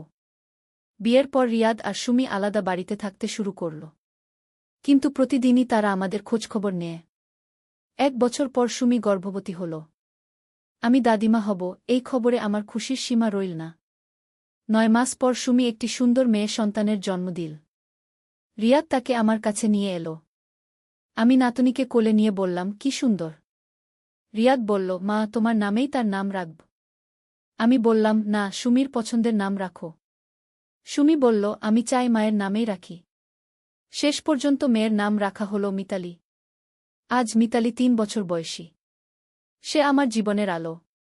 রিয়াদ এখন একটা ভালো চাকরি করে। সুমির সাথে তার সুখের সংসার। কিন্তু আমি মাঝে মাঝে সেই দিনগুলোর কথা ভাবি। কিভাবে একটা ভোটার কার্ড বানাতে গিয়ে আমার পুরো জীবন উল্টপাল্ট হয়ে গিয়েছিল। রিয়াদ যখন বলেছিল যে সে আমাকে বিয়ে করতে চায়, তখন আমি কত কষ্ট পেয়েছিলাম। মনে হয়েছিল আমার সন্তান পালনে কোথাও ভুল হয়েছে। কিন্তু এখন বুঝতে পারি যে কখনো কখনো মানুষ ভুল পথে চলে যায়। সেই সময় পরিবারের সাহায্য দরকার হয়। আমি যদি রিয়াদকে ছেড়ে দিতাম তাহলে সে হয়তো আরও ভুল পথে চলে যেত। কিন্তু আমরা তাকে সঠিক দিক দেখিয়েছিলাম। আজ রিয়াদ একজন আদর্শ পিতা, আদর্শ স্বামী। তার আর আমার প্রতি কোনো অস্বাভাবিক অনুভূতি নেই। সে আমাকে শুধুমাত্র মা হিসেবেই দেখে। অনেক সময় জীবনে এমন পরিস্থিতি আসে যেখানে মনে হয় সব কিছু শেষ হয়ে গেছে। কিন্তু ধৈর্য আর ভালোবাসা দিয়ে সব কিছু ঠিক করা যায়। আমার সেই কষ্টের দিনগুলো আজ অতীত। এখন আমার পরিবার সুখে আছে। রিয়াদ তার স্ত্রী আর মেয়েকে নিয়ে খুশি। তুলিও বড় হয়ে চাকরি করছে। কিন্তু সেই নির্বাচন অফিসের গন্ধ, সেই কাগজপত্রের গন্ধ আজও আমার মনে আছে। সেই দিন থেকে শুরু হওয়া ঘটনাগুলো আমার জীবনের একটা গুরুত্বপূর্ণ অধ্যায়। আমি মাঝে মাঝে ভাবি, যদি সেদিন রিয়াদ সত্যি কথা বলত, যদি বলত যে আমি তার মা, তাহলে কি এত কিছু ঘটত? কিন্তু জীবনে যা ঘটার তা ঘটেই। আমরা শুধু সেই ঘটনাগুলো থেকে শিক্ষা নিতে পারি। রিয়াদের ভুল অনুভূতি আমাকে শিখিয়েছে যে মা-ছেলের সম্পর্ক কতটা পবিত্র। এই সম্পর্ককে অন্য কোনো দৃষ্টিতে দেখা উচিত নয়। আর সবচেয়ে বড় কথা হল, পরিবারের যে কোনো সমস্যার সমাধান আছে। শুধু ধৈর্য আর ভালোবাসা দিয়ে সেই সমাধান খুঁজে বের করতে হয়। আজ যখন আমি মিতালিকে কোলে নিয়ে বসি, তখন মনে হয় জীবনটা কত সুন্দর। রিয়াদ এখন একজন দায়িত্বশীল পিতা। সে তার মেয়েকে নিয়ে গর্ববোধ করে। সুমিও আমাকে মা বলে ডাকে। আমাদের পরিবারে সে খুব ভালোভাবে মিশে গেছে। শুভ খুশি। সে বলে, সবচেয়ে কঠিন সময়টা আমরা পার করে এসেছি। এখন শুধু সুখের দিন। তুলি বলে, দিদি, তোমার জীবনে অনেক ঘটনা ঘটেছে। কিন্তু সব শেষে সব ঠিক হয়ে গেছে। হ্যাঁ, সব ঠিক হয়ে গেছে। কিন্তু সেই একটা ভোটার কার্ড বানাতে গিয়ে আমার পুরো জীবন উল্টপাল্ট হয়ে যাওয়ার কাহিনী আমি কখনো ভুলতে পারব না। অফিসের লম্বা শাড়ি আর কাগজপত্রের গন্ধ আজও আমার নাকে লেগে আছে। ঘরে ফিরে এসেও সেই কথাগুলো কানে বাজছে। একটা ভোটার কার্ড বানাতে গিয়ে আমার পুরো জীবন উল্টপাল্ট হয়ে গেল। কিন্তু এখন আমি জানি যে সেই উল্টপাল্ট হওয়াটাই আমার জীবনের সবচেয়ে ভালো জিনিস ছিল। কারণ সেই ঘটনার মাধ্যমেই আমি রিয়াদকে সঠিক পথ দেখাতে পেরেছি। আজ আমার জীবন পূর্ণ। আমার সন্তানরা সুখী। আমার নাতনি আমার কোলে। এর চেয়ে বেশি সুখ আর কি চাই? মাঝে মাঝে রিয়াদ আমাকে বলে, মা, তুমি না থাকলে আমি আজ কোথায় থাকতাম? আমি বলি, মায়েরা সব সময় সন্তানদের পাশে থাকে। রিয়াদ বলে, তুমি শুধু আমার পাশে থাকুনি, আমাকে সঠিক পথ দেখিয়েছ। আমি মনে মনে ভাবি, সন্তান পালন করা সহজ কাজ নয়। কখনো কখনো কঠিন সিদ্ধান্ত নিতে হয়। কিন্তু সেই সিদ্ধান্তই সন্তানের ভবিষ্যৎ নির্ধারণ করে। আজ আমার পরিবার সুখের। এই সুখের জন্য আমি কৃতজ্ঞ। সেই কষ্টের দিনগুলো আজ শুধুমাত্র একটা স্মৃতি। কিন্তু সেই স্মৃতি আমাকে শেখায় যে জীবনে যতই কষ্ট আসুক, ধৈর্য আর ভালোবাসা দিয়ে সব কিছু জয় করা যায়। আর সবচেয়ে বড় কথা হল, পরিবার হচ্ছে জীবনের সবচেয়ে বড় শক্তি। পরিবারের সবার মিলেমিশে থাকলে কোনো সমস্যাই বড় নয়। আমার গল্প এখানেই শেষ। একটা ভোটার কার্ড বানাতে গিয়ে শুরু হওয়া এই কাহিনী আজ সুখের পরিণতিতে পৌঁছেছে। জীবন সত্যিই অনেক রহস্যময়। কখন কি ঘটে কেউ জানে না। কিন্তু যাই ঘটুক, আমরা যদি সত্য আর ভালোবাসার পথে থাকি, তাহলে শেষ পর্যন্ত সব কিছুই ভালো হয়। আমার এই গল্পটা শুনে যদি কারো কোনো উপকার হয়, তাহলে আমি খুশি হব। জীবনে যত কষ্টই আসুক, হাল ছেড়ে দেওয়া যাবে না। সবসময় আশা রাখতে হবে যে ভালো দিন আসবেই। এই ছিল আমার গল্প। মিতা সেনের জীবনের সবচেয়ে কঠিন আর সবচেয়ে শিক্ষামূলক অভিজ্ঞতা। কিন্তু আমার গল্প এখানেই শেষ নয়। আরও অনেক ঘটনা ঘটেছে যেগুলো আমি বলতে চাই। রিয়াদের বিয়ের ৩ বছর পর একটা অদ্ভুত ঘটনা ঘটল। আমি তখন বাজার করতে গিয়েছি। ফেরার পথে দেখি একটা যুবক আমাকে অনুসরণ করছে। প্রথমে আমি গুরুত্ব দিইনি। কিন্তু পরের দিনও সেই যুবক আমাকে দেখতে পেলাম। তার বয়স প্রায় ২৫-২৬ হবে। লম্বা, সুন্দর চেহারা। একদিন সে আমার কাছে এসে বলল, আন্টি, আপনার সাথে কথা বলতে পারি? আমি অবাক হয়ে বললাম, তুমি কে? কেন আমাকে অনুসরণ করছ? সে বলল, আমার নাম অভিজিৎ।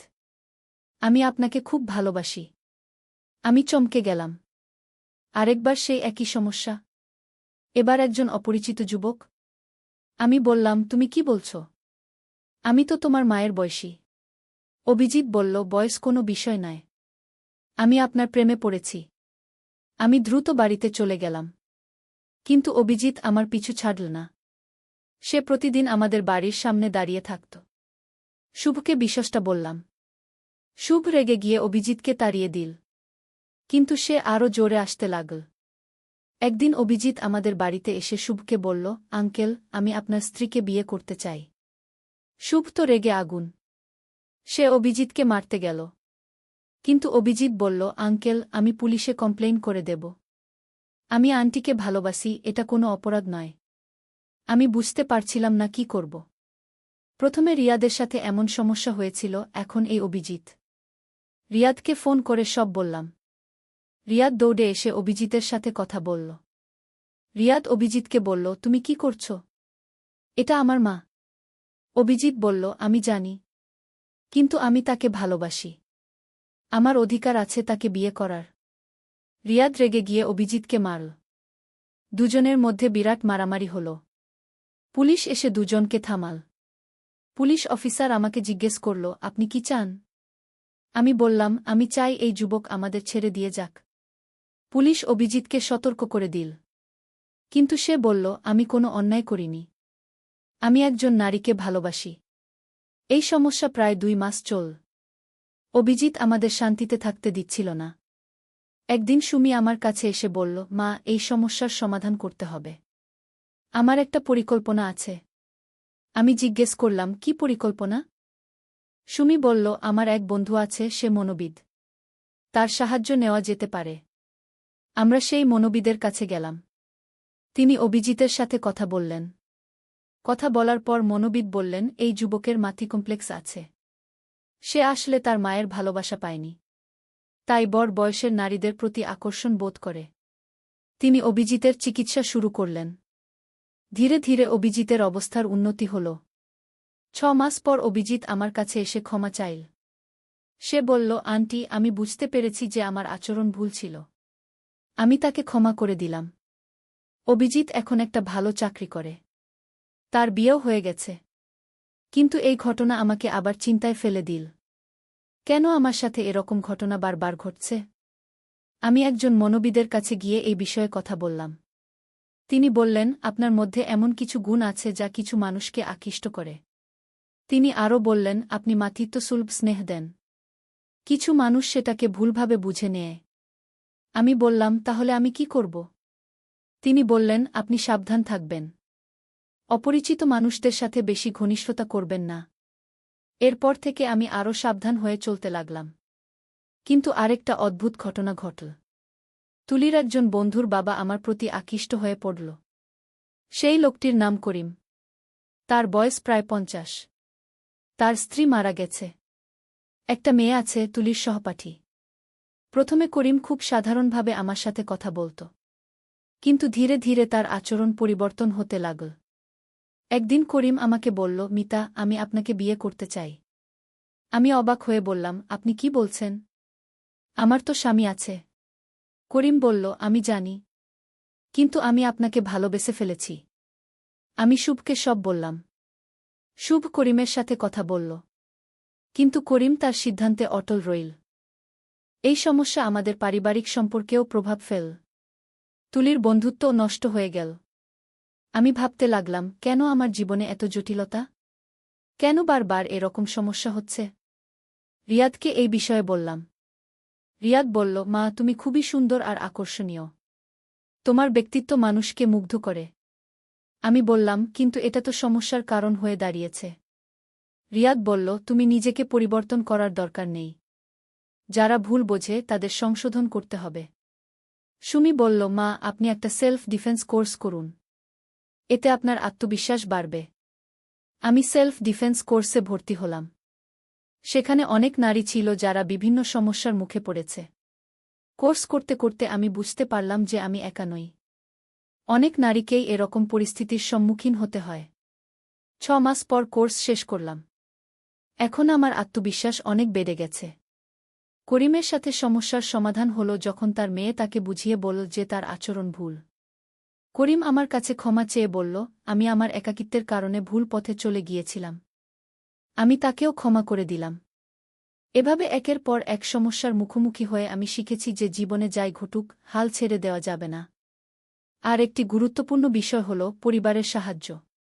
আমার পাশে যদি শুভ, রিয়াদ, সুমি না থাকত, তাহলে এই সমস্যাগুলো সামলানো অসম্ভব হতো। এখন আমার জীবন অনেকটাই স্থিতিশীল। মিতালি বড় হচ্ছে। সে খুব বুদ্ধিমান মেয়ে। আমি তাকে শেখাচ্ছি যে জীবনে কিভাবে সমস্যার মোকাবিলা করতে হয়। রিয়াদ এখন একটা ভালো পোস্টে কাজ করছে। সে আর সুমির দ্বিতীয় সন্তান হওয়ার খবর আছে। তুলিও চাকরি করছে।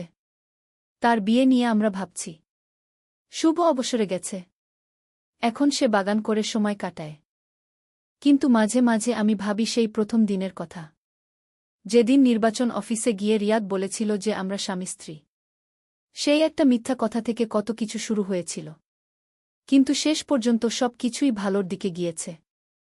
আমি এখন বুঝি যে জীবনে কিছুই দুর্ঘটনাক্রমে ঘটে না। সব কিছুরই একটা উদ্দেশ্য আছে। রিয়াদের সেই ভুল অনুভূতি থেকে আমি শিখেছি যে মা-সন্তানের সম্পর্ক কতটা পবিত্র। অভিজিতের ঘটনা থেকে শিখেছি যে মানসিক স্বাস্থ্যের গুরুত্ব। করিমের ঘটনা থেকে শিখেছি যে একাকিত্ব মানুষকে ভুল পথে নিয়ে যেতে পারে। আর সবচেয়ে বড় যে শিক্ষা পেয়েছি তা হল পরিবারের শক্তি। যখন রিয়াদের সমস্যা হয়েছিল পুরো পরিবার মিলে সেটার সমাধান করেছিলাম। যখন অভিজিতের সমস্যা হয়েছিল সুমি এগিয়ে এসেছিল। যখন করিমের সমস্যা হয়েছিল তুলিও সাহায্য করেছিল। এই সব ঘটনা আমাকে শিখিয়েছে যে একা কোনো সমস্যার মোকাবিলা করার দরকার নেই। পরিবার আছে, বন্ধুরা আছে। আজ যখন আমি পিছনে তাকাই মনে হয় আমার জীবনটা একটা পূর্ণাঙ্গ উপন্যাসের মতো। অনেক উত্থানপতন, অনেক সমস্যা, কিন্তু শেষে সুখের পরিণতি। মিতালি এখন 5 বছর বয়সী। সে আমাকে প্রায়ই জিজ্ঞেস করে, দাদু তুমি ছোটবেলায় কি করতে? আমি তাকে আমার গল্প বলি।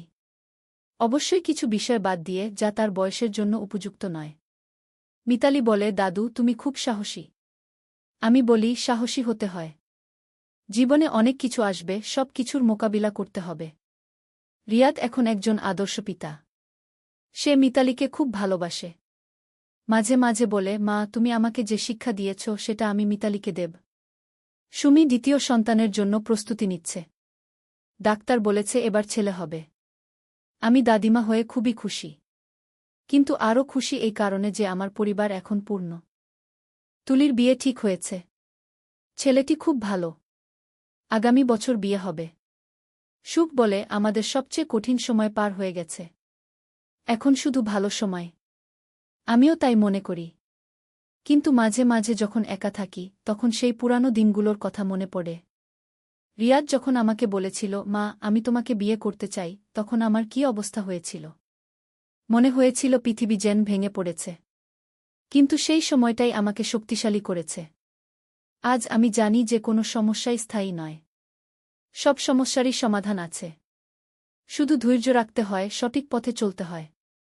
আমার গল্পের মাধ্যমে আমি সবাইকে বলতে চাই, জীবনে যাই ঘটুক হাল ছেড়ে দেবেন না। পরিবারের পাশে থাকুন, পরিবারকে পাশে রাখুন। সৎ হন, সাহস। নদীর ধারে সেই গা। প্রথম অধ্যায়, শুরুজাত। পদ্মা নদীর ধারে একটা ছোট্ট গ্রাম ছিল, নাম তার রূপসী গ্রাম। গ্রামের নাম শুনলেই মনে হতো কত সুন্দর হবে। আর সত্যিই গ্রামটা ছিল অপূর্ব সুন্দর। সবুজ ধানক্ষেত, নারিকেল আর সুপারি গাছের সারি, আর নদীর শীতল হাওয়া, সব মিলিয়ে এক স্বর্গের মতো জায়গা। এই গ্রামেই থাকত একটা ছেলে, নাম তার আলম। বয়স তখন 17 কি 18 হবে। ফর্সা রং, লম্বা চুল, আর চোখে একটা স্বপ্ন, বড় হয়ে সে লেখক হবে। প্রতিদিন সন্ধ্যায় নদীর ধারে বসে সে লিখত তার ডায়েরিতে। কখনো কবিতা, কখনো গল্প, কখনো শুধু মনের কথা। আলমের বাবা মোক্তার সাহেব ছিলেন গ্রামের স্কুলের প্রধান শিক্ষক। মা রহিমা বেগম ছিলেন একজন নরম মনের মহিলা, যিনি সবসময় সবার জন্য রান্না করতেন। তাদের ছোট্ট টিনের চালের বাড়িটা ছিল গ্রামের মাঝখানে। আলমের একটা ছোট বোন ছিল, সামিয়া। বয়স তার 10 বছর। চঞ্চল, দুষ্টু, কিন্তু খুব মিষ্টি। সে সবসময় ভাইয়ের পিছন পিছন ঘুরত। ভাইয়া, আমাকে নিয়ে চলো না। এই ছিল তার প্রিয় সংলাপ। দ্বিতীয় অধ্যায়, নতুন প্রতিবেশী। একদিন গ্রামে নতুন একটা পরিবার এলো। তারা ঢাকা থেকে এসেছিল। বাবা একজন সরকারি চাকরিজীবী, বদলি হয়ে এই উপজেলায় এসেছেন। তাদের সাথে ছিল একটা মেয়ে, নাম তার তানিয়া। তানিয়া ছিল আলমের সমবয়সী। লম্বা চুল, বড় বড় চোখ, আর মুখে সবসময় একটা হাসি। সে ছিল খুবই পড়ুয়া। বই পড়তে তার খুব ভালো লাগত। প্রথম দিন যখন সে গ্রামের স্কুলে ভর্তি হল, তখন সবাই অবাক হয়ে তাকে দেখছিল। শহুরে মেয়ে, কিন্তু কোনো অহংকার নেই। আলম আর তানিয়ার প্রথম দেখা হয়েছিল স্কুলের লাইব্রেরিতে। দুজনেই একই বই খুঁজছিল, রবীন্দ্রনাথের গোরাগ। তুমিও রবীন্দ্রনাথ পড়ো? আলম জিজ্ঞেস করেছিল। হ্যাঁ, আমার খুব প্রিয়। তুমি? তানিয়া হেসে জবাব দিয়েছিল। সেই থেকে তাদের বন্ধুত্ব শুরু। প্রতিদিন স্কুলে, লাইব্রেরিতে, আর কখনো কখনো নদীর ধারে বসে তারা গল্প করত। সাহিত্য নিয়ে, জীবন নিয়ে, স্বপ্ন নিয়ে। তৃতীয় অধ্যায়, স্বপ্নের কথা। একদিন সন্ধ্যায় নদীর ধারে বসে আলম তানিয়াকে বলল, জানো, আমি বড় হয়ে লেখক হতে চাই। এমন গল্প লিখব যেগুলো মানুষের মন ছুঁয়ে যাবে গু। তানিয়া মৃদু হেসে বলল, তুমি পারবে। তোমার লেখার হাত খুব ভালো। তুমি যা লিখো তাতে আন্তরিকতা আছে গি। তুমি কি হতে চাও? আলম জিজ্ঞেস করল। আমি শিক্ষিকা হতে চাই। গ্রামের মেয়েদের পড়াতে চাই। দেখো না, এখানে কত মেয়ে স্কুলেই যায় না। আমি চাই সবাই পড়াশোনা করুক। তানিয়ার কথা শুনে আলম অবাক হল। এতটা সরল, এতটা নিঃস্বার্থ স্বপ্ন। তুমি সত্যিই অসাধারণ, আলম বলল। তানিয়া লজ্জা পেয়ে বলল, আরে না, আমি সাধারণ। তবে হ্যাঁ, আমি মানুষের জন্য কিছু করতে চাই। সেদিন থেকে আলমের মনে তানিয়ার জন্য একটা বিশেষ জায়গা তৈরি হল। সে বুঝতে পারছিল না এটা কি অনুভূতি, কিন্তু তানিয়াকে না দেখলে তার দিন ভালো যেত না। চতুর্থ অধ্যায়, বর্ষাকাল। বর্ষা এলো। পদ্মা নদী ফুলে ফেপে উঠল। চারিদিকে পানি আর পানি। স্কুল বন্ধ হয়ে গেল। বৃষ্টি থামার নাম নেই। একদিন সন্ধ্যায় আলম দেখল তানিয়া তাদের বাড়ির সামনে দাঁড়িয়ে আছে, ভিজে একদম। কি হয়েছে? এভাবে বৃষ্টিতে ভিজে আসলে কেন? আলম চিন্তিত হয়ে জিজ্ঞেস করল। আমার বই। আমার প্রিয় বইটা। আমি নদীর ধারে রেখে এসেছিলাম। পানিতে ভেসে যাবে কি? তানিয়া কাঁদো কাঁদো স্বরে বলল। আলম কিছু না ভেবে ছাতা নিয়ে বেরিয়ে পড়ল। বৃষ্টি তখন মুষলধারে পড়ছে। সে নদীর ধারে গিয়ে দেখল তানিয়ার বইটা একটা পাথরের নিচে চাপা পড়ে আছে, কিন্তু পানি প্রায় সেখানে পৌঁছে গেছে। সে দ্রুত বইটা তুলে নিল। সৌভাগ্যবশত বইটা পুরোপুরি ভিজেনি। সে তার শার্টের ভিতরে বইটা লুকিয়ে বাড়ি ফিরল। তানিয়া যখন বইটা পেল, তার চোখে পানি এসে গেল। তুমি এতটা করলে আমার জন্য? তুমি আমার বন্ধু। বন্ধুর জন্য এটুকু তো করাই যায়, আলম হেসে বলল। সেদিন থেকে তানিয়াও বুঝতে পারল, আলম তার কাছে শুধু একজন বন্ধু নয়, আরও বেশি কিছু। পঞ্চম অধ্যায়, গ্রামের মেলা। শরৎকাল এলো। গ্রামে বড় মেলা বসল। নৌকা বাইচ, পুতুল নাচ, জারি গান, কত কিছু। সারা গ্রামে উৎসবের আমেজ। আলম আর তানিয়া একসাথে মেলা ঘুরছিল। স্বামীয়াও ছিল তাদের সাথে। সে দুষ্টুমি করে বলল, ভাইজা, তানিয়া আপু তোমার বউ হবে? আলম আর তানিয়া দুজনেই লজ্জা পেয়ে গেল। আলম স্বামীয়াকে বকা দিল, কিন্তু মনে মনে সে ভাবছিল, সত্যিই তো, তানিয়াকে ছাড়া তার জীবন অসম্পূর্ণ মনে হয়। মেলায় একটা পুতুলের দোকানে তানিয়া একটা সুন্দর পুতুল দেখে মুগ্ধ হয়ে গেল। কিন্তু দাম শুনে হতাশ হল, 50 টাকা। তার কাছে এত টাকা ছিল না। আলম চুপি চুপি পুতুলটা কিনে নিল। মেলা শেষে যখন বাড়ি ফিরছিল তখন সে তানিয়াকে পুতুলটা দিল। এটা তুমি? আমার জন্য? তানিয়া অবাক হয়ে বলল। তুমি যেটা চেয়েছিলে সেটা তোমার হওয়া উচিত কি? আলম মৃদু হেসে বলল। তানিয়া পুতুলটা বুকে জড়িয়ে ধরল। ধন্যবাদ, আলম। তুমি সত্যিই খুব ভালো। সেদিন রাতে আলম তার ডায়েরিতে লিখল, আজ আমি বুঝেছি ভালোবাসা কাকে বলে। যাকে দেখলে বুক ভরে যায়, যার জন্য নিজের সবকিছু দিয়ে দিতে ইচ্ছা করে, সেই তো ভালোবাসা। ষষ্ঠ অধ্যায়, সংকট। কিন্তু জীবন তো সবসময় সুখের থাকে না। একদিন আলমের বাবা হঠাৎ অসুস্থ হয়ে পড়লেন। ডাক্তার বলল তাকে ঢাকায় নিয়ে যেতে হবে ভালো চিকিৎসার জন্য। আলম দুশ্চিন্তায় পড়ে গেল। ঢাকায় যেতে হলে অনেক টাকা লাগবে। তাদের পরিবার তো সচ্ছল নয়। তানিয়া যখন এ খবর পেল, সে তার বাবাকে বলল। তানিয়ার বাবা একজন ভালো মানুষ ছিলেন। তিনি আলমের বাবার চিকিৎসার জন্য টাকা দিতে রাজি হলেন। না না, এভাবে আমরা নিতে পারব না, মোক্তার সাহেব বললেন। আপনি আমার মেয়ের শিক্ষকের বাবা। আমার দায়িত্ব আপনার সেবা করা, তানিয়ার বাবা বললেন। শেষ পর্যন্ত আলমের বাবাকে ঢাকায় নিয়ে যাওয়া হল। আলম আর তার মা তার সাথে গেল। স্বামিয়া থেকে গেল গ্রামে তানিয়াদের বাড়িতে। ঢাকায় থাকতে হল প্রায় 1 মাস। সেই 1 মাস আলম প্রতিদিন তানিয়াকে চিঠি লিখত। মোবাইল ফোন তো তখন সবার ছিল না। চিঠি ছিল যোগাযোগের মাধ্যম। তানিয়াও প্রতিদিন চিঠির অপেক্ষায় থাকত। আলমের চিঠি পড়ে সে বুঝতে পারত আলম কতটা কষ্টে আছে, কতটা দুশ্চিন্তায় আছে। সে নিজেও আলমের জন্য দোয়া করত। 7ম অধ্যায়, ফিরে আসা। অবশেষে মোক্তার সাহেব সুস্থ হয়ে উঠলেন। ডাক্তার বললেন এখন তিনি বাড়ি যেতে পারবেন। কিন্তু সতর্ক থাকতে হবে। যেদিন আলম গ্রামে ফিরল সেদিন পুরো গ্রাম খুশিতে আত্মহারা। সবাই মোক্তার সাহেবকে দেখতে এলো। তানিয়াও এলো সামিয়াকে নিয়ে। আলম তানিয়াকে দেখে বলল, তোমার চিঠিগুলো আমাকে শক্তি দিয়েছে। ঢাকায় যখন খুব কষ্ট লাগত তখন তোমার চিঠি পড়ে আবার ভালো লাগত। আমি জানতাম তুমি ফিরে আসবে। আমি বিশ্বাস রাখিনি, হারাইনি। তানিয়া মৃদু হেসে বলল। সেদিন বিকেলে নদীর ধারে বসে আলম তানিয়াকে বলল, তানিয়া, আমি তোমাকে কিছু বলতে চাই। বলো। তানিয়া বলল, আমি তোমাকে ভালোবাসি। ঢাকায় থাকার সময় প্রতিটা মুহূর্তে তোমার কথা মনে পড়েছে। তুমি ছাড়া আমার জীবন অর্থহীন। তানিয়া কিছুক্ষণ চুপ করে রইল। তারপর বলল, আমিও তোমাকে ভালোবাসি আলম। কিন্তু আমরা এখনো ছোট। আমাদের পড়াশোনা শেষ করতে হবে, নিজেদের প্রতিষ্ঠিত করতে হবে। তারপর আমরা একসাথে থাকব। আলম তার কথা শেষ করল। হ্যাঁ, একসাথে থাকব। তানিয়া হেসে মাথা নাড়ল। 8ম অধ্যায়, সময়ের পরীক্ষা। পরের কয়েক বছর দ্রুত কেটে গেল। আলম আর তানিয়া দুজনেই খুব ভালো ছাত্র ছিল। এসএসসি পরীক্ষায় দুজনেই জিপিএ 5 পেল। এরপর তারা ঢাকায় কলেজে ভর্তি হল। আলম নটরডেম কলেজে আর তানিয়া হলিক্রস কলেজে। গ্রাম ছেড়ে শহরে আসতে হল। শহরের জীবন ছিল অন্যরকম। ব্যস্ততা, ভিড়, শব্দ, সবকিছু গ্রামের থেকে আলাদা। কিন্তু আলম আর তানিয়া তাদের লক্ষ্য থেকে বিচলিত হল না। প্রতি সপ্তাহান্তে তারা দেখা করত। কখনো রমনা পার্কে, কখনো টিএসসিতে, কখনো কোনো বইয়ের দোকানে। তারা একে অপরকে উৎসাহ দিত, সাহস দিত। এইচএসসি পরীক্ষায়ও দুজনেই ভালো ফল করল। আলম ঢাকা বিশ্ববিদ্যালয়ে বাংলা সাহিত্যে ভর্তি হল আর তানিয়া শিক্ষা বিভাগে। কিন্তু বিশ্ববিদ্যালয়ের জীবনে নতুন চ্যালেঞ্জ এলো। রাজনীতি, সেশনজট, আর্থিক সংকট, নানা সমস্যা। কখনো কখনো আলমের মনে হতো সে হয়তো লেখক হতে পারবে না। তানিয়াও মাঝে মাঝে হতাশ হতো। কিন্তু তারা একে অপরকে সাহায্য করত।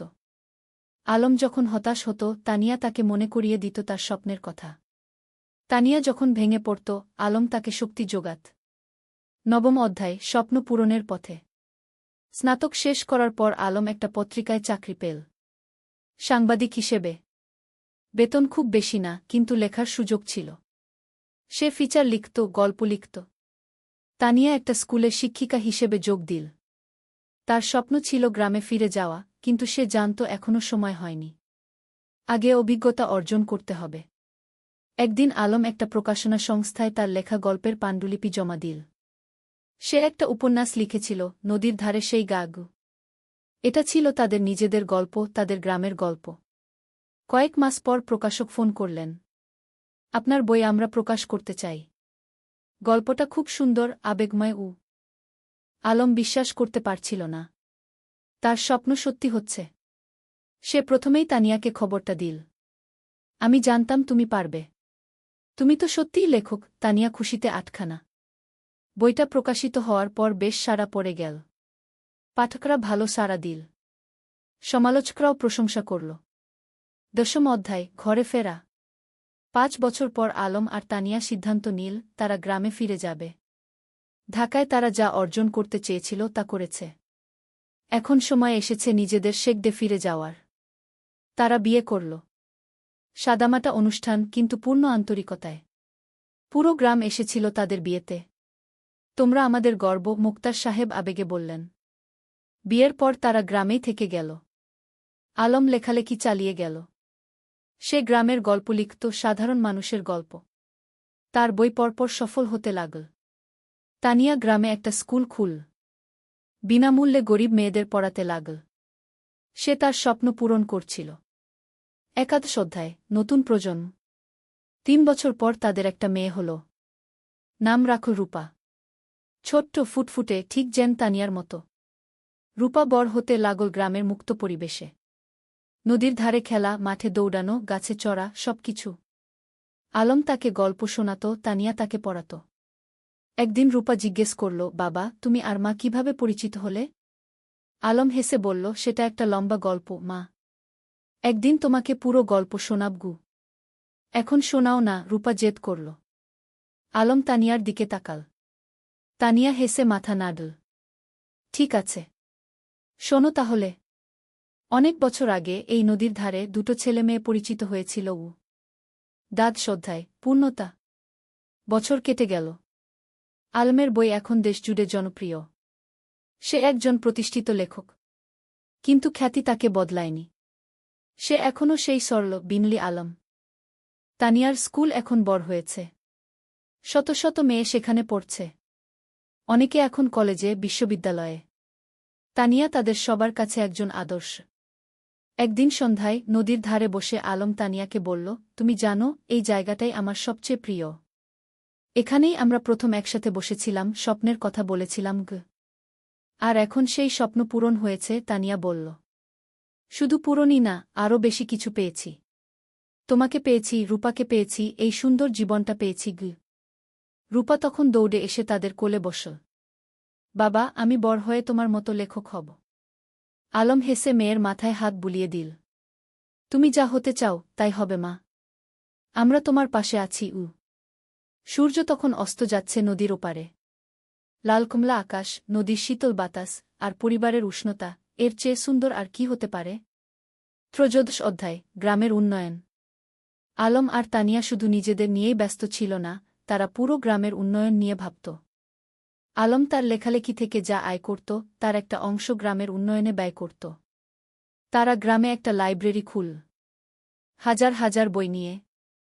গ্রামের যে কেউ এসে বই পড়তে পারত। ছোট ছেলেমেয়েরা বিকেলে এসে বই পড়ত, গল্প শুনত। জ্ঞানী শক্তি, আলম সবসময় বলত, আমরা যদি আমাদের নতুন প্রজন্মকে শিক্ষিত করতে পারি, তাহলে গ্রাম এমনিতেই উন্নত হবে। তানিয়া তার স্কুলে শুধু পড়াশোনাই শেখাত না, জীবন দক্ষতাও শেখাত। মেয়েদের শেখাত কিভাবে আত্মবিশ্বাসী হতে হয়, কিভাবে নিজের মতামত প্রকাশ করতে হয়, কিভাবে স্বাবলম্বী হতে হয়। শিক্ষা মানে শুধু বই পড়া নয়, তানিয়া বলত। শিক্ষা মানে জীবনকে বুঝতে শেখা, মানুষ হয়ে ওঠা। গ্রামের মানুষ তাদের এই প্রচেষ্টায় খুব খুশি ছিল। যারা আগে মেয়েদের স্কুলে পাঠাতে চাইত না, তারাও এখন পাঠাতে শুরু করেছে। একদিন গ্রামের প্রবীণ হাজী সাহেব আলমকে বললেন, বাবা, তোমরা আমাদের গ্রামের জন্য যা করছ, সেটা আল্লাহ কবুল করুন। তোমরা না থাকলে আমাদের গ্রাম এখনও অন্ধকারেই থাকত। আলম বিনয়ের সাথে বলল, চাচা, আমরা তো এই গ্রামেরই সন্তান। আমাদের দায়িত্ব এই গ্রামের সেবা করা। চতুর্দশ অধ্যায়, বাধা আর সংগ্রাম। কিন্তু জীবন তো সবসময় মসৃণ পথে চলে না। একদিন গ্রামে একটা বড় সমস্যা দেখা দিল। পদ্মা নদীর ভাঙন শুরু হল। প্রতিদিন নদী গ্রামের জমি গিলে খাচ্ছে। অনেক পরিবার তাদের বাড়িঘর হারাচ্ছে। ফসলের জমি নদীতে তলিয়ে যাচ্ছে। মানুষ আতঙ্কিত। আলম আর তানিয়া বসে থাকল না। তারা একটা সভা ডাকল। পুরো গ্রামের মানুষ এল।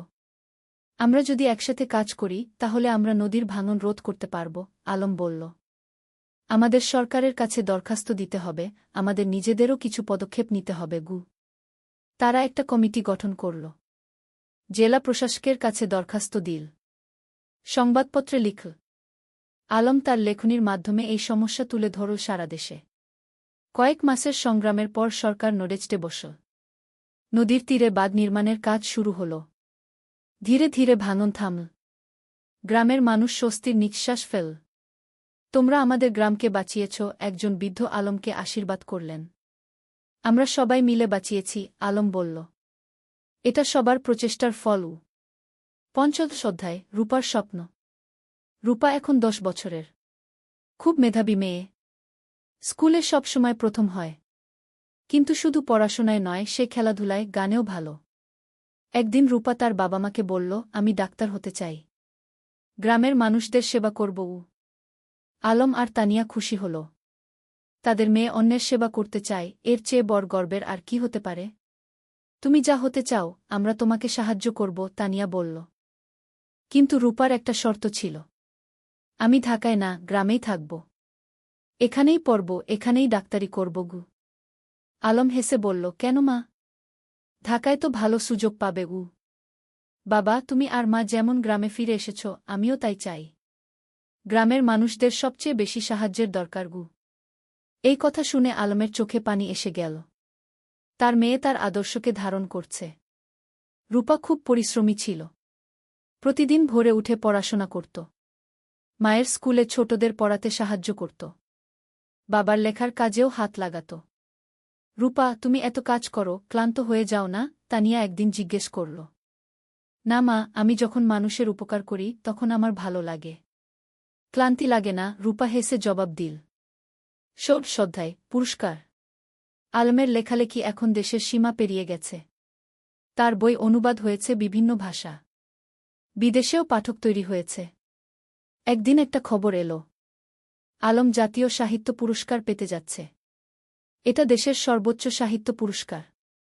পুরো গ্রাম আনন্দে উদ্বেলিত। আমাদের আলম জাতীয় পুরস্কার পাবে, সবাই গর্ব করে বলতে লাগল। পুরস্কার দেওয়ার অনুষ্ঠান হল ঢাকায়। প্রধানমন্ত্রী নিজে পুরস্কার তুলে দিলেন আলমের হাতে। আপনার লেখা আমাদের গ্রামবাংলার প্রকৃত চিত্র তুলে ধরে, প্রধানমন্ত্রী বললেন। আপনি দেশের গর্বও। আলম বিনয়ের সাথে পুরস্কার নিল। তার মনে পড়ল সেই দিনগুলোর কথা, যখন সে নদীর ধারে বসে স্বপ্ন দেখত লেখক হওয়ার। পুরস্কার পাওয়ার পর আলম একটা বক্তৃতা দিল। এই পুরস্কার শুধু আমার একার নয়। এটা আমার স্ত্রী তানিয়ার, আমার মেয়ে রূপার, আমার গ্রামের সব মানুষের।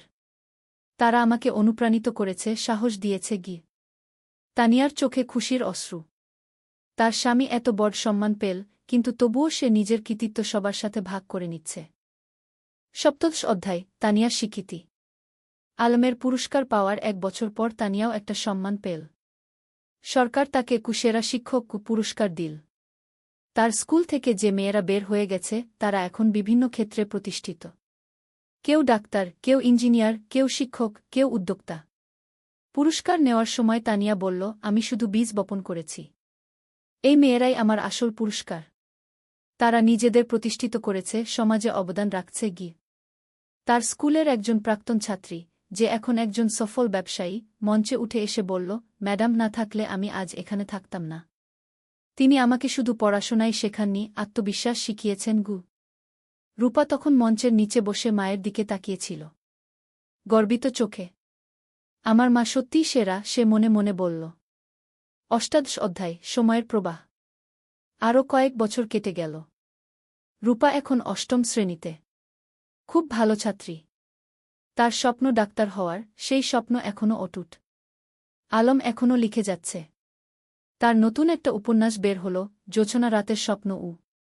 এটাও বেশ জনপ্রিয় হল। তানিয়ার স্কুল এখন অনেক বড়। 300 জন ছাত্রী, 10 জন শিক্ষক, একটা পূর্ণাঙ্গ শিক্ষা প্রতিষ্ঠান। গ্রামটাও অনেক বদলে গেছে। এখন পাকা রাস্তা, বিদ্যুৎ, স্বাস্থ্যকেন্দ্র, সবকিছু আছে। কিন্তু গ্রামের আত্মা, সেই সারল্য, সেই ভালোবাসা, সেটা আছে অক্ষুণ্ণ। একদিন সন্ধ্যায় পুরো পরিবার নদীর ধারে বসেছিল। আলম, তানিয়া, রূপা আর শামিয়া। শামিয়া এখন বিবাহিত, তার একটা ছেলে আছে।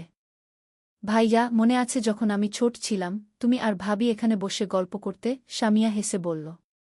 মনে আছে, আলম হেসে বলল। সেই সময়গুলো কত সুন্দর ছিল। এখনকার সময়ও কম সুন্দর নয়, তানিয়া বলল। আমরা একসাথে আছি, সুস্থ আছি, খুশি আছি, এর চেয়ে বড় সৌভাগ্য আর কি? রূপা বলল, বাবা, তোমার আর মায়ের মতো আমিও একজন ভালো মানুষকে জীবনসঙ্গী হিসেবে পেতে চাই।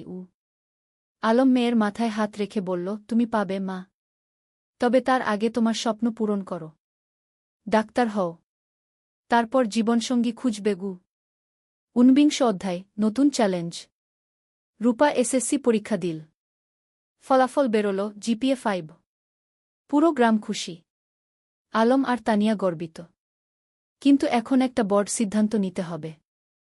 রূপা ডাক্তার হতে চায়, আর তার জন্য তাকে মেডিকেল কলেজে ভর্তি হতে হবে। কিন্তু গ্রামে তো মেডিকেল কলেজ নেই। বাবা, আমি ঢাকা মেডিকেলে ভর্তি হতে চাই, রূপা বলল। আলম একটু চিন্তিত হল। কিন্তু তুমি তো বলেছিলে গ্রামে থাকবে। হ্যাঁ বাবা, আমি গ্রামে ফিরে আসব। কিন্তু ভালো ডাক্তার হতে হলে ভালো প্রতিষ্ঠান থেকে পড়তে হবে। আমি 5 বছর ঢাকায় থাকব, তারপর ফিরে আসব এবং গ্রামে একটা হাসপাতাল খুলব। তানিয়া বলল, মেয়েটা ঠিকই বলছে। আমরাও তো ঢাকায় গিয়ে পড়াশোনা করেছিলাম। তারপর ফিরে এসেছি গু। রূপা ঢাকা মেডিকেল কলেজে ভর্তি হল। প্রথম দিকে গ্রাম ছেড়ে যেতে খুব কষ্ট হচ্ছিল, কিন্তু সে জানত এটা তার লক্ষ্যের জন্য প্রয়োজন। আলম আর তানিয়া প্রতি মাসে ঢাকায় যেত মেয়েকে দেখতে। রূপা ফোনে প্রতিদিন কথা বলত। ২০ অধ্যায়, পরিবারের বন্ধন। ৫ বছর খুব দ্রুত কেটে গেল। রূপা ডাক্তার হয়ে গেল। এমবিবিএস পাস করে ভালো ফলসহ। এখন তার সামনে অনেক সুযোগ। ঢাকার বড় বড় হাসপাতাল তাকে চাকরির অফার দিচ্ছে। কিন্তু রূপার লক্ষ্য অন্য। বাবা, আমি গ্রামে ফিরে আসছি, রূপা ফোনে বলল। তুমি নিশ্চিত? ঢাকায় তো অনেক ভালো সুযোগ, আলম বলল। বাবা, আমার স্বপ্ন তো ঢাকায় বড় ডাক্তার হওয়া নয়। আমার স্বপ্ন গ্রামের মানুষের সেবা করা গে। রূপা গ্রামে ফিরে এলো। গ্রামের মানুষ তাকে মাথায় করে নিয়ে এলো। আমাদের নিজের ডাক্তার। সে একটা ছোট ক্লিনিক খুল। বিনামূল্যে গরিব মানুষদের চিকিৎসা দিতে লাগল। যাদের সামর্থ্য আছে তারা দিত। যাদের নেই তাদের কাছ থেকে কিছু নিত না। তুমি কিভাবে চালাবে এভাবে? আলম একদিন জিজ্ঞেস করল। বাবা, তুমি তো লেখক হয়েছ মানুষের সেবা করার জন্য, মা শিক্ষিকা হয়েছে সেবার জন্য। আমিও তাই। টাকা পয়সা পরে দেখা যাবে উ। আলম মেয়েকে জড়িয়ে ধরল। তুমি আমাদের গর্ব উ। ২১ অধ্যায়, নতুন সঙ্গী। রূপা যখন ক্লিনিকে ব্যস্ত তখন একদিন একজন তরুণ ডাক্তার এলো। তার নাম ফাহিম। সে ঢাকা থেকে এসেছে গ্রামাঞ্চলে স্বেচ্ছাসেবা করতে। ফাহিম আর রূপা একসাথে কাজ করতে লাগল। দুজনেই একই স্বপ্ন দেখে, গ্রামের মানুষের সেবা করা। ধীরে ধীরে তাদের মধ্যে বন্ধুত্ব হল। তারপর সেই বন্ধুত্ব ভালোবাসায় রূপান্তরিত হল। একদিন ফাহিম আলমের কাছে এলো। চাচা, আমি রূপাকে বিয়ে করতে চাই উ। আলম হেসে বলল, তুমি কি রূপাকে জিজ্ঞেস করেছ? হ্যাঁ, সে রাজি, ফাহিম লজ্জা পেয়ে বলল। তানিয়া খুশিতে আটখানা। আমার মেয়ে একজন ভালো মানুষ পেয়েছে গিয়ে। রূপা আর ফাহিমের বিয়ে হল। সাদামাটা কিন্তু আন্তরিক অনুষ্ঠান। পুরো গ্রাম এসেছিল। বিয়ের পর তারা দুজন মিলে ক্লিনিক চালাতে লাগল। তারা স্বপ্ন দেখে গ্রামে একটা বড় হাসপাতাল করার। ২২ অধ্যায়, ৩ প্রজন্ম। ২ বছর পর রূপার একটা ছেলে হল। নাম রাখল আয়ান। আলম আর তানিয়া দাদা-দাদি হল। দেখো আমাদের নাতি, আলম আবেগে বলল। তানিয়া শিশুটিকে কোলে নিয়ে বলল, এই শিশু আমাদের ভবিষ্যৎ। এর জন্যই তো আমরা এত কাজ করছি উ। এখন বাড়িতে ৩ প্রজন্ম। আলমতানিয়া, রূপা, ফাহিম আর ছোট্ট আয়ান। প্রতিদিন সন্ধ্যায় তারা একসাথে বসে। আলম গল্প বলে, তানিয়া গান শোনায়, রূপা দিনের কাজের গল্প বলে। একদিন আয়ান যখন একটু বড় হল সে জিজ্ঞেস করল, দাদু তুমি কি করো? আলম হেসে বলল, আমি গল্প লিখি নাতুগু। আমাকে একটা গল্প বলো না? ঠিক আছে, শোনো তাহলে। অনেক বছর আগে এই নদীর ধারে কে। আর এভাবেই চলতে থাকে জীবনের গল্প প্রজন্ম থেকে প্রজন্মে। ২৩ অধ্যায়, উত্তরাধিকার। আলম এখন ৬০ পেরিয়ে গেছে। চুলদাড়ি পেকে গেছে। কিন্তু লেখার হাত এখনও অক্ষুণ্ণ। সে এখনও প্রতিদিন লেখে। তানিয়াও এখন অবসর নিয়েছে স্কুল থেকে। কিন্তু মাঝে মাঝে যায় ছাত্রীদের সাথে দেখা করতে। একদিন আয়ান, যে এখন ৫ বছরের, দাদুকে জিজ্ঞেস করল, দাদু তুমি কত বই লিখেছ? প্রায় ২০টা, আলম বলল। আমিও বড় হয়ে লেখক হব, আয়ান বলল। রূপা হেসে বলল, তুমি যা হতে চাও তাই হবে গি। আলম নাতিকে কোলে নিয়ে বলল, লেখক হওয়া মানে শুধু বই লেখা নয় বাবা। লেখক হওয়া মানে মানুষের কথা বলা, সত্য বলা, ভালোবাসা ছড়িয়ে দেওয়া গি। আমি সব করব, আয়ান উৎসাহিত হয়ে বলল। তানিয়া নাতিকে আদর করে বলল, তুমি করবে, আমরা জানি গি। ২৪ অধ্যায়, গ্রামের হাসপাতাল। রূপা আর ফাহিমের স্বপ্ন ছিল গ্রামে একটা বড় হাসপাতাল খোলার। তারা কয়েক বছর ধরে টাকা জমিয়ে রাখছিল। আলমও তার রয়্যালটির একটা অংশ দিয়েছিল। অবশেষে সেই দিন এলো। তারা একটা ৩তলা হাসপাতাল তৈরি করল। নাম দিল রূপসী হাসপাতাল উ। উদ্বোধনের দিন পুরো জেলা থেকে মানুষ এলো। স্বাস্থ্যমন্ত্রী নিজে এসে উদ্বোধন করলেন। এই হাসপাতাল শুধু একটা স্বাস্থ্যসেবা কেন্দ্র নয়, মন্ত্রী বললেন। এটা একটা স্বপ্নের বাস্তবায়ন। ডা রূপা আর ডা ফাহিম যা করেছেন সেটা অনুকরণীয় গু। হাসপাতালে ১০টা বেড, অপারেশন থিয়েটার, ল্যাবরেটরি, সব কিছু আছে। আর সবচেয়ে বড় কথা, গরিবদের জন্য বিনামূল্যে চিকিৎসার ব্যবস্থা। আলম গর্বে বুক ফুলিয়ে বলল, আমার মেয়ে যা করেছে আমি কলম দিয়ে তা করতে পারিনি গু। তুমি কলম দিয়ে মানুষের মন ছুঁয়েছ, আমি হাত দিয়ে মানুষের শরীর সারাচ্ছি। দুটোই সমান গুরুত্বপূর্ণ, রূপা বলল। 25 অধ্যায় প্রত্যাবর্তন। একদিন গ্রামে একটা আশ্চর্য ঘটনা ঘটল। যে ছেলেটা 30 বছর আগে গ্রাম ছেড়ে আমেরিকায় গিয়েছিল সে ফিরে এল। তার নাম জামিল। সে আমেরিকায় একজন সফল ব্যবসায়ী। কিন্তু বয়স হয়েছে, এখন শেখদে ফিরতে চায়। জামিল আলমের সাথে দেখা করতে এল। আমি তোমার বই পড়েছি আমেরিকায় বসে। সেই বই পড়ে আমার গ্রামের কথা মনে পড়ে গেল। তাই ফিরে এলাম ঘ। স্বাগতম, আলম হাসি মুখে বলল। জামিল বলল, আমি এই গ্রামের জন্য কিছু করতে চাই। তুমি কি পরামর্শ দাও? আলম ভাবল একটু। তারপর বলল, গ্রামে একটা কারিগরি প্রশিক্ষণ কেন্দ্র খোলো। যুবকদের হাতে কলমে কাজ শেখাও। তাহলে তারা চাকরি পাবে, স্বাবলম্বী হবে গু। জামিল খুশি হল। চমৎকার আইডিয়া।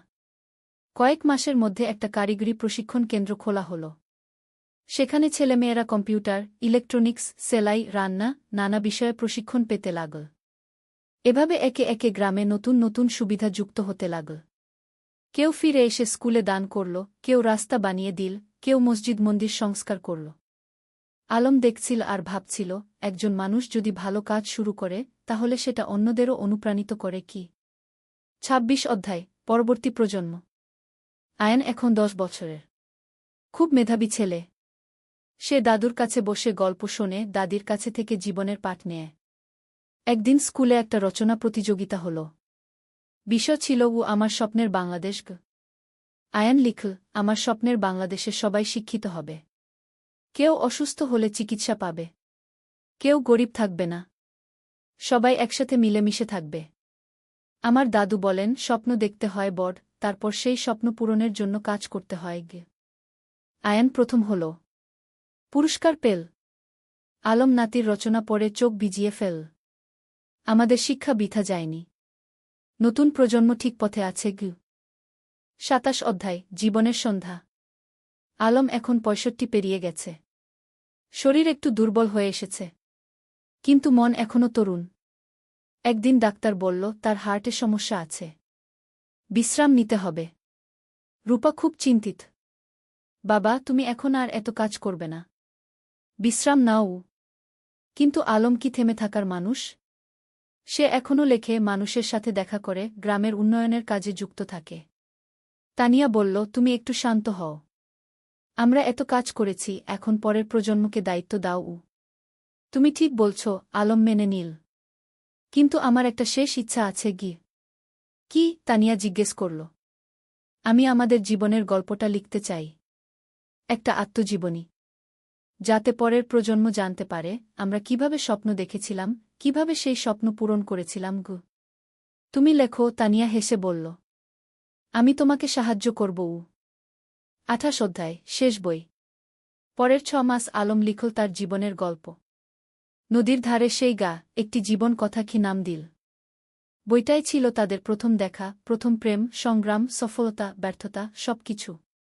বই প্রকাশিত হওয়ার পর দেশজুড়ে সাড়া পড়ে গেল। মানুষ পড়ল আর অনুপ্রাণিত হল। একজন পাঠক চিঠি লিখল, আপনার বই পড়ে আমি বুঝেছি স্বপ্ন দেখা আর তা পূরণ করা সম্ভব। আমিও এখন আমার গ্রামে ফিরে যাব, কিছু করব। আলম এই চিঠি পড়ে খুশি হল। দেখো তানিয়া, আমাদের জীবন বৃথা যায়নি। আমরা মানুষকে অনুপ্রাণিত করতে পেরেছি। 29 অধ্যায় বিদায়। এক শীতের সকালে আলম ঘুম থেকে উঠল না। তার হার্ট অ্যাটাক হয়েছে। রূপা যতই চেষ্টা করল, কিছু করতে পারল না। আলম চলে গেল। পুরো গ্রাম শোকে মুহ্যমান। আমাদের আলম চলে গেল, সবাই কাঁদল। তানিয়া কান্নায় ভেঙে পড়ল। তুমি আমাকে একা ফেলে চলে গেলে। রূপা মাকে সান্ত্বনা দিল। মা, বাবা চলে যায়নি। তার লেখায় সে বেঁচে আছে। তার কাজে সে বেঁচে আছে। আমাদের মধ্যে সে বেঁচে আছে গি। আলমের জানাজায় হাজার হাজার মানুষ এল। তাকে সমাহিত করা হল গ্রামের কবরস্থানে, নদীর পাশে, যেখানে সে জীবনের অনেকটা সময় কাটিয়েছে। 30 অধ্যায় উত্তরাধিকার শেষ অধ্যায়। আলমের মৃত্যুর পর তানিয়া ভেঙে পড়েনি। সে আরও শক্ত হয়েছে। আলম চলে গেছে, কিন্তু তার স্বপ্ন চলে যায়নি। আমাকে সেই স্বপ্ন বাঁচিয়ে রাখতে হবে গু। সে গ্রামের লাইব্রেরিটাকে কি আলম স্মৃতি লাইব্রেরিকে নাম দিল। সেখানে আলমের সব বই রাখা হল। রূপা হাসপাতালে আরও বেশি মনোযোগী হল। বাবা চাইতেন আমি মানুষের সেবা করি। আমি তাই করব। ফাহিম তার পাশে থেকে সাহায্য করল। আয়ান, যে এখন 15 বছরের, দাদুর মতো লিখতে শুরু করল। সে গল্প লেখে, কবিতা লেখে। একদিন আয়ান তানিয়াকে তার লেখা একটা গল্প দেখাল। গল্পের নাম দাদুর স্বপ্ন। তানিয়া পড়ল। চোখে পানি এলো। তোমার দাদু বেঁচে আছে তোমার মধ্যে গি। বছরের পর বছর কেটে গেল। গ্রামটা আরও উন্নত হল। কিন্তু আলমকে কেউ ভুলল না। প্রতি বছর তার জন্মদিনে গ্রামে একটা সাহিত্য উৎসব হয়। তরুণ লেখকরা আসে, তাদের লেখা পড়ে। তানিয়া এখন 80 পেরিয়ে গেছে। কিন্তু এখনও প্রতিদিন স্কুলে যায়। ছাত্রীদের দেখে আসে। একদিন এক তরুণী তানিয়াকে জিজ্ঞেস করল, ম্যাডাম, আপনার আর আলম স্যারের গল্পটা কি সত্যি? তানিয়া হেসে বলল, হ্যাঁ, প্রতিটা শব্দ সত্যি। আমরা স্বপ্ন দেখেছিলাম, আর সেই স্বপ্ন পূরণ করেছিলাম গ। আমিও কি পারব? তরুণী জিজ্ঞেস করল। অবশ্যই পারবে, তানিয়া দৃঢ়তার সাথে বলল। শুধু স্বপ্ন দেখো, তারপর সেই স্বপ্ন পূরণের জন্য কাজ করো। আর কখনো হাল ছেড়ো না গি। সেদিন সন্ধ্যায় নদীর ধারে বসে তানিয়া আকাশের দিকে তাকাল। আলম, তুমি কি দেখছ? আমরা যা শুরু করেছিলাম তা এখনো চলছে। তোমার স্বপ্ন বেঁচে আছে গি। নদীর জল কুলকুল করে বয়ে যাচ্ছে। বাতাসে যেন আলমের কণ্ঠস্বর ভেসে এলো, আমি জানতাম তুমি পারবে। আমরা একসাথে এই স্বপ্ন দেখেছিলাম, তুমি তা বাঁচিয়ে রেখেছ। ধন্যবাদ, তানিয়া গু। তানিয়া হাসল। চোখে পানি, কিন্তু মুখে হাসি। ধন্যবাদ তোমাকে, আলম। তুমি আমার জীবনকে অর্থবহ করেছিলে গ। সমাপ্তি। এই ছিল আলম আর তানিয়ার গল্প। দুটো সাধারণ মানুষ, যারা অসাধারণ স্বপ্ন দেখেছিল। আর সেই স্বপ্ন শুধু নিজেদের জন্যই ছিল না, ছিল সবার জন্য। আজও রূপসী গ্রামে যদি যাও, দেখবে আলম স্মৃতি লাইব্রেরি, তানিয়া বালিকা বিদ্যালয়, রূপসী হাসপাতাল, সবকিছু দাঁড়িয়ে আছে। এগুলো শুধু ভবন নয়, এগুলো স্বপ্নের বাস্তবায়ন। আর নদীর ধারে, যেখানে একদিন দুটো তরুণী বসে স্বপ্ন দেখেছিল, সেখানে এখন একটা ফলক লাগানো আছে। তাতে লেখা, যেখানে স্বপ্ন শুরু হয়েছিল। আলম ও তানিয়া, দুই স্বপ্নদ্রষ্টা, দুই সেবক, যারা প্রমাণ করেছেন স্বপ্ন দেখলে এবং কাজ করলে সবকিছুই সম্ভব। শিক্ষা, জীবনে স্বপ্ন দেখো বড়, তারপর সেই স্বপ্ন পূরণের জন্য নিরলসভাবে কাজ করো। নিজের জন্য নয়, সবার জন্য কিছু করার চেষ্টা করো। তাহলেই জীবন সার্থক হবে।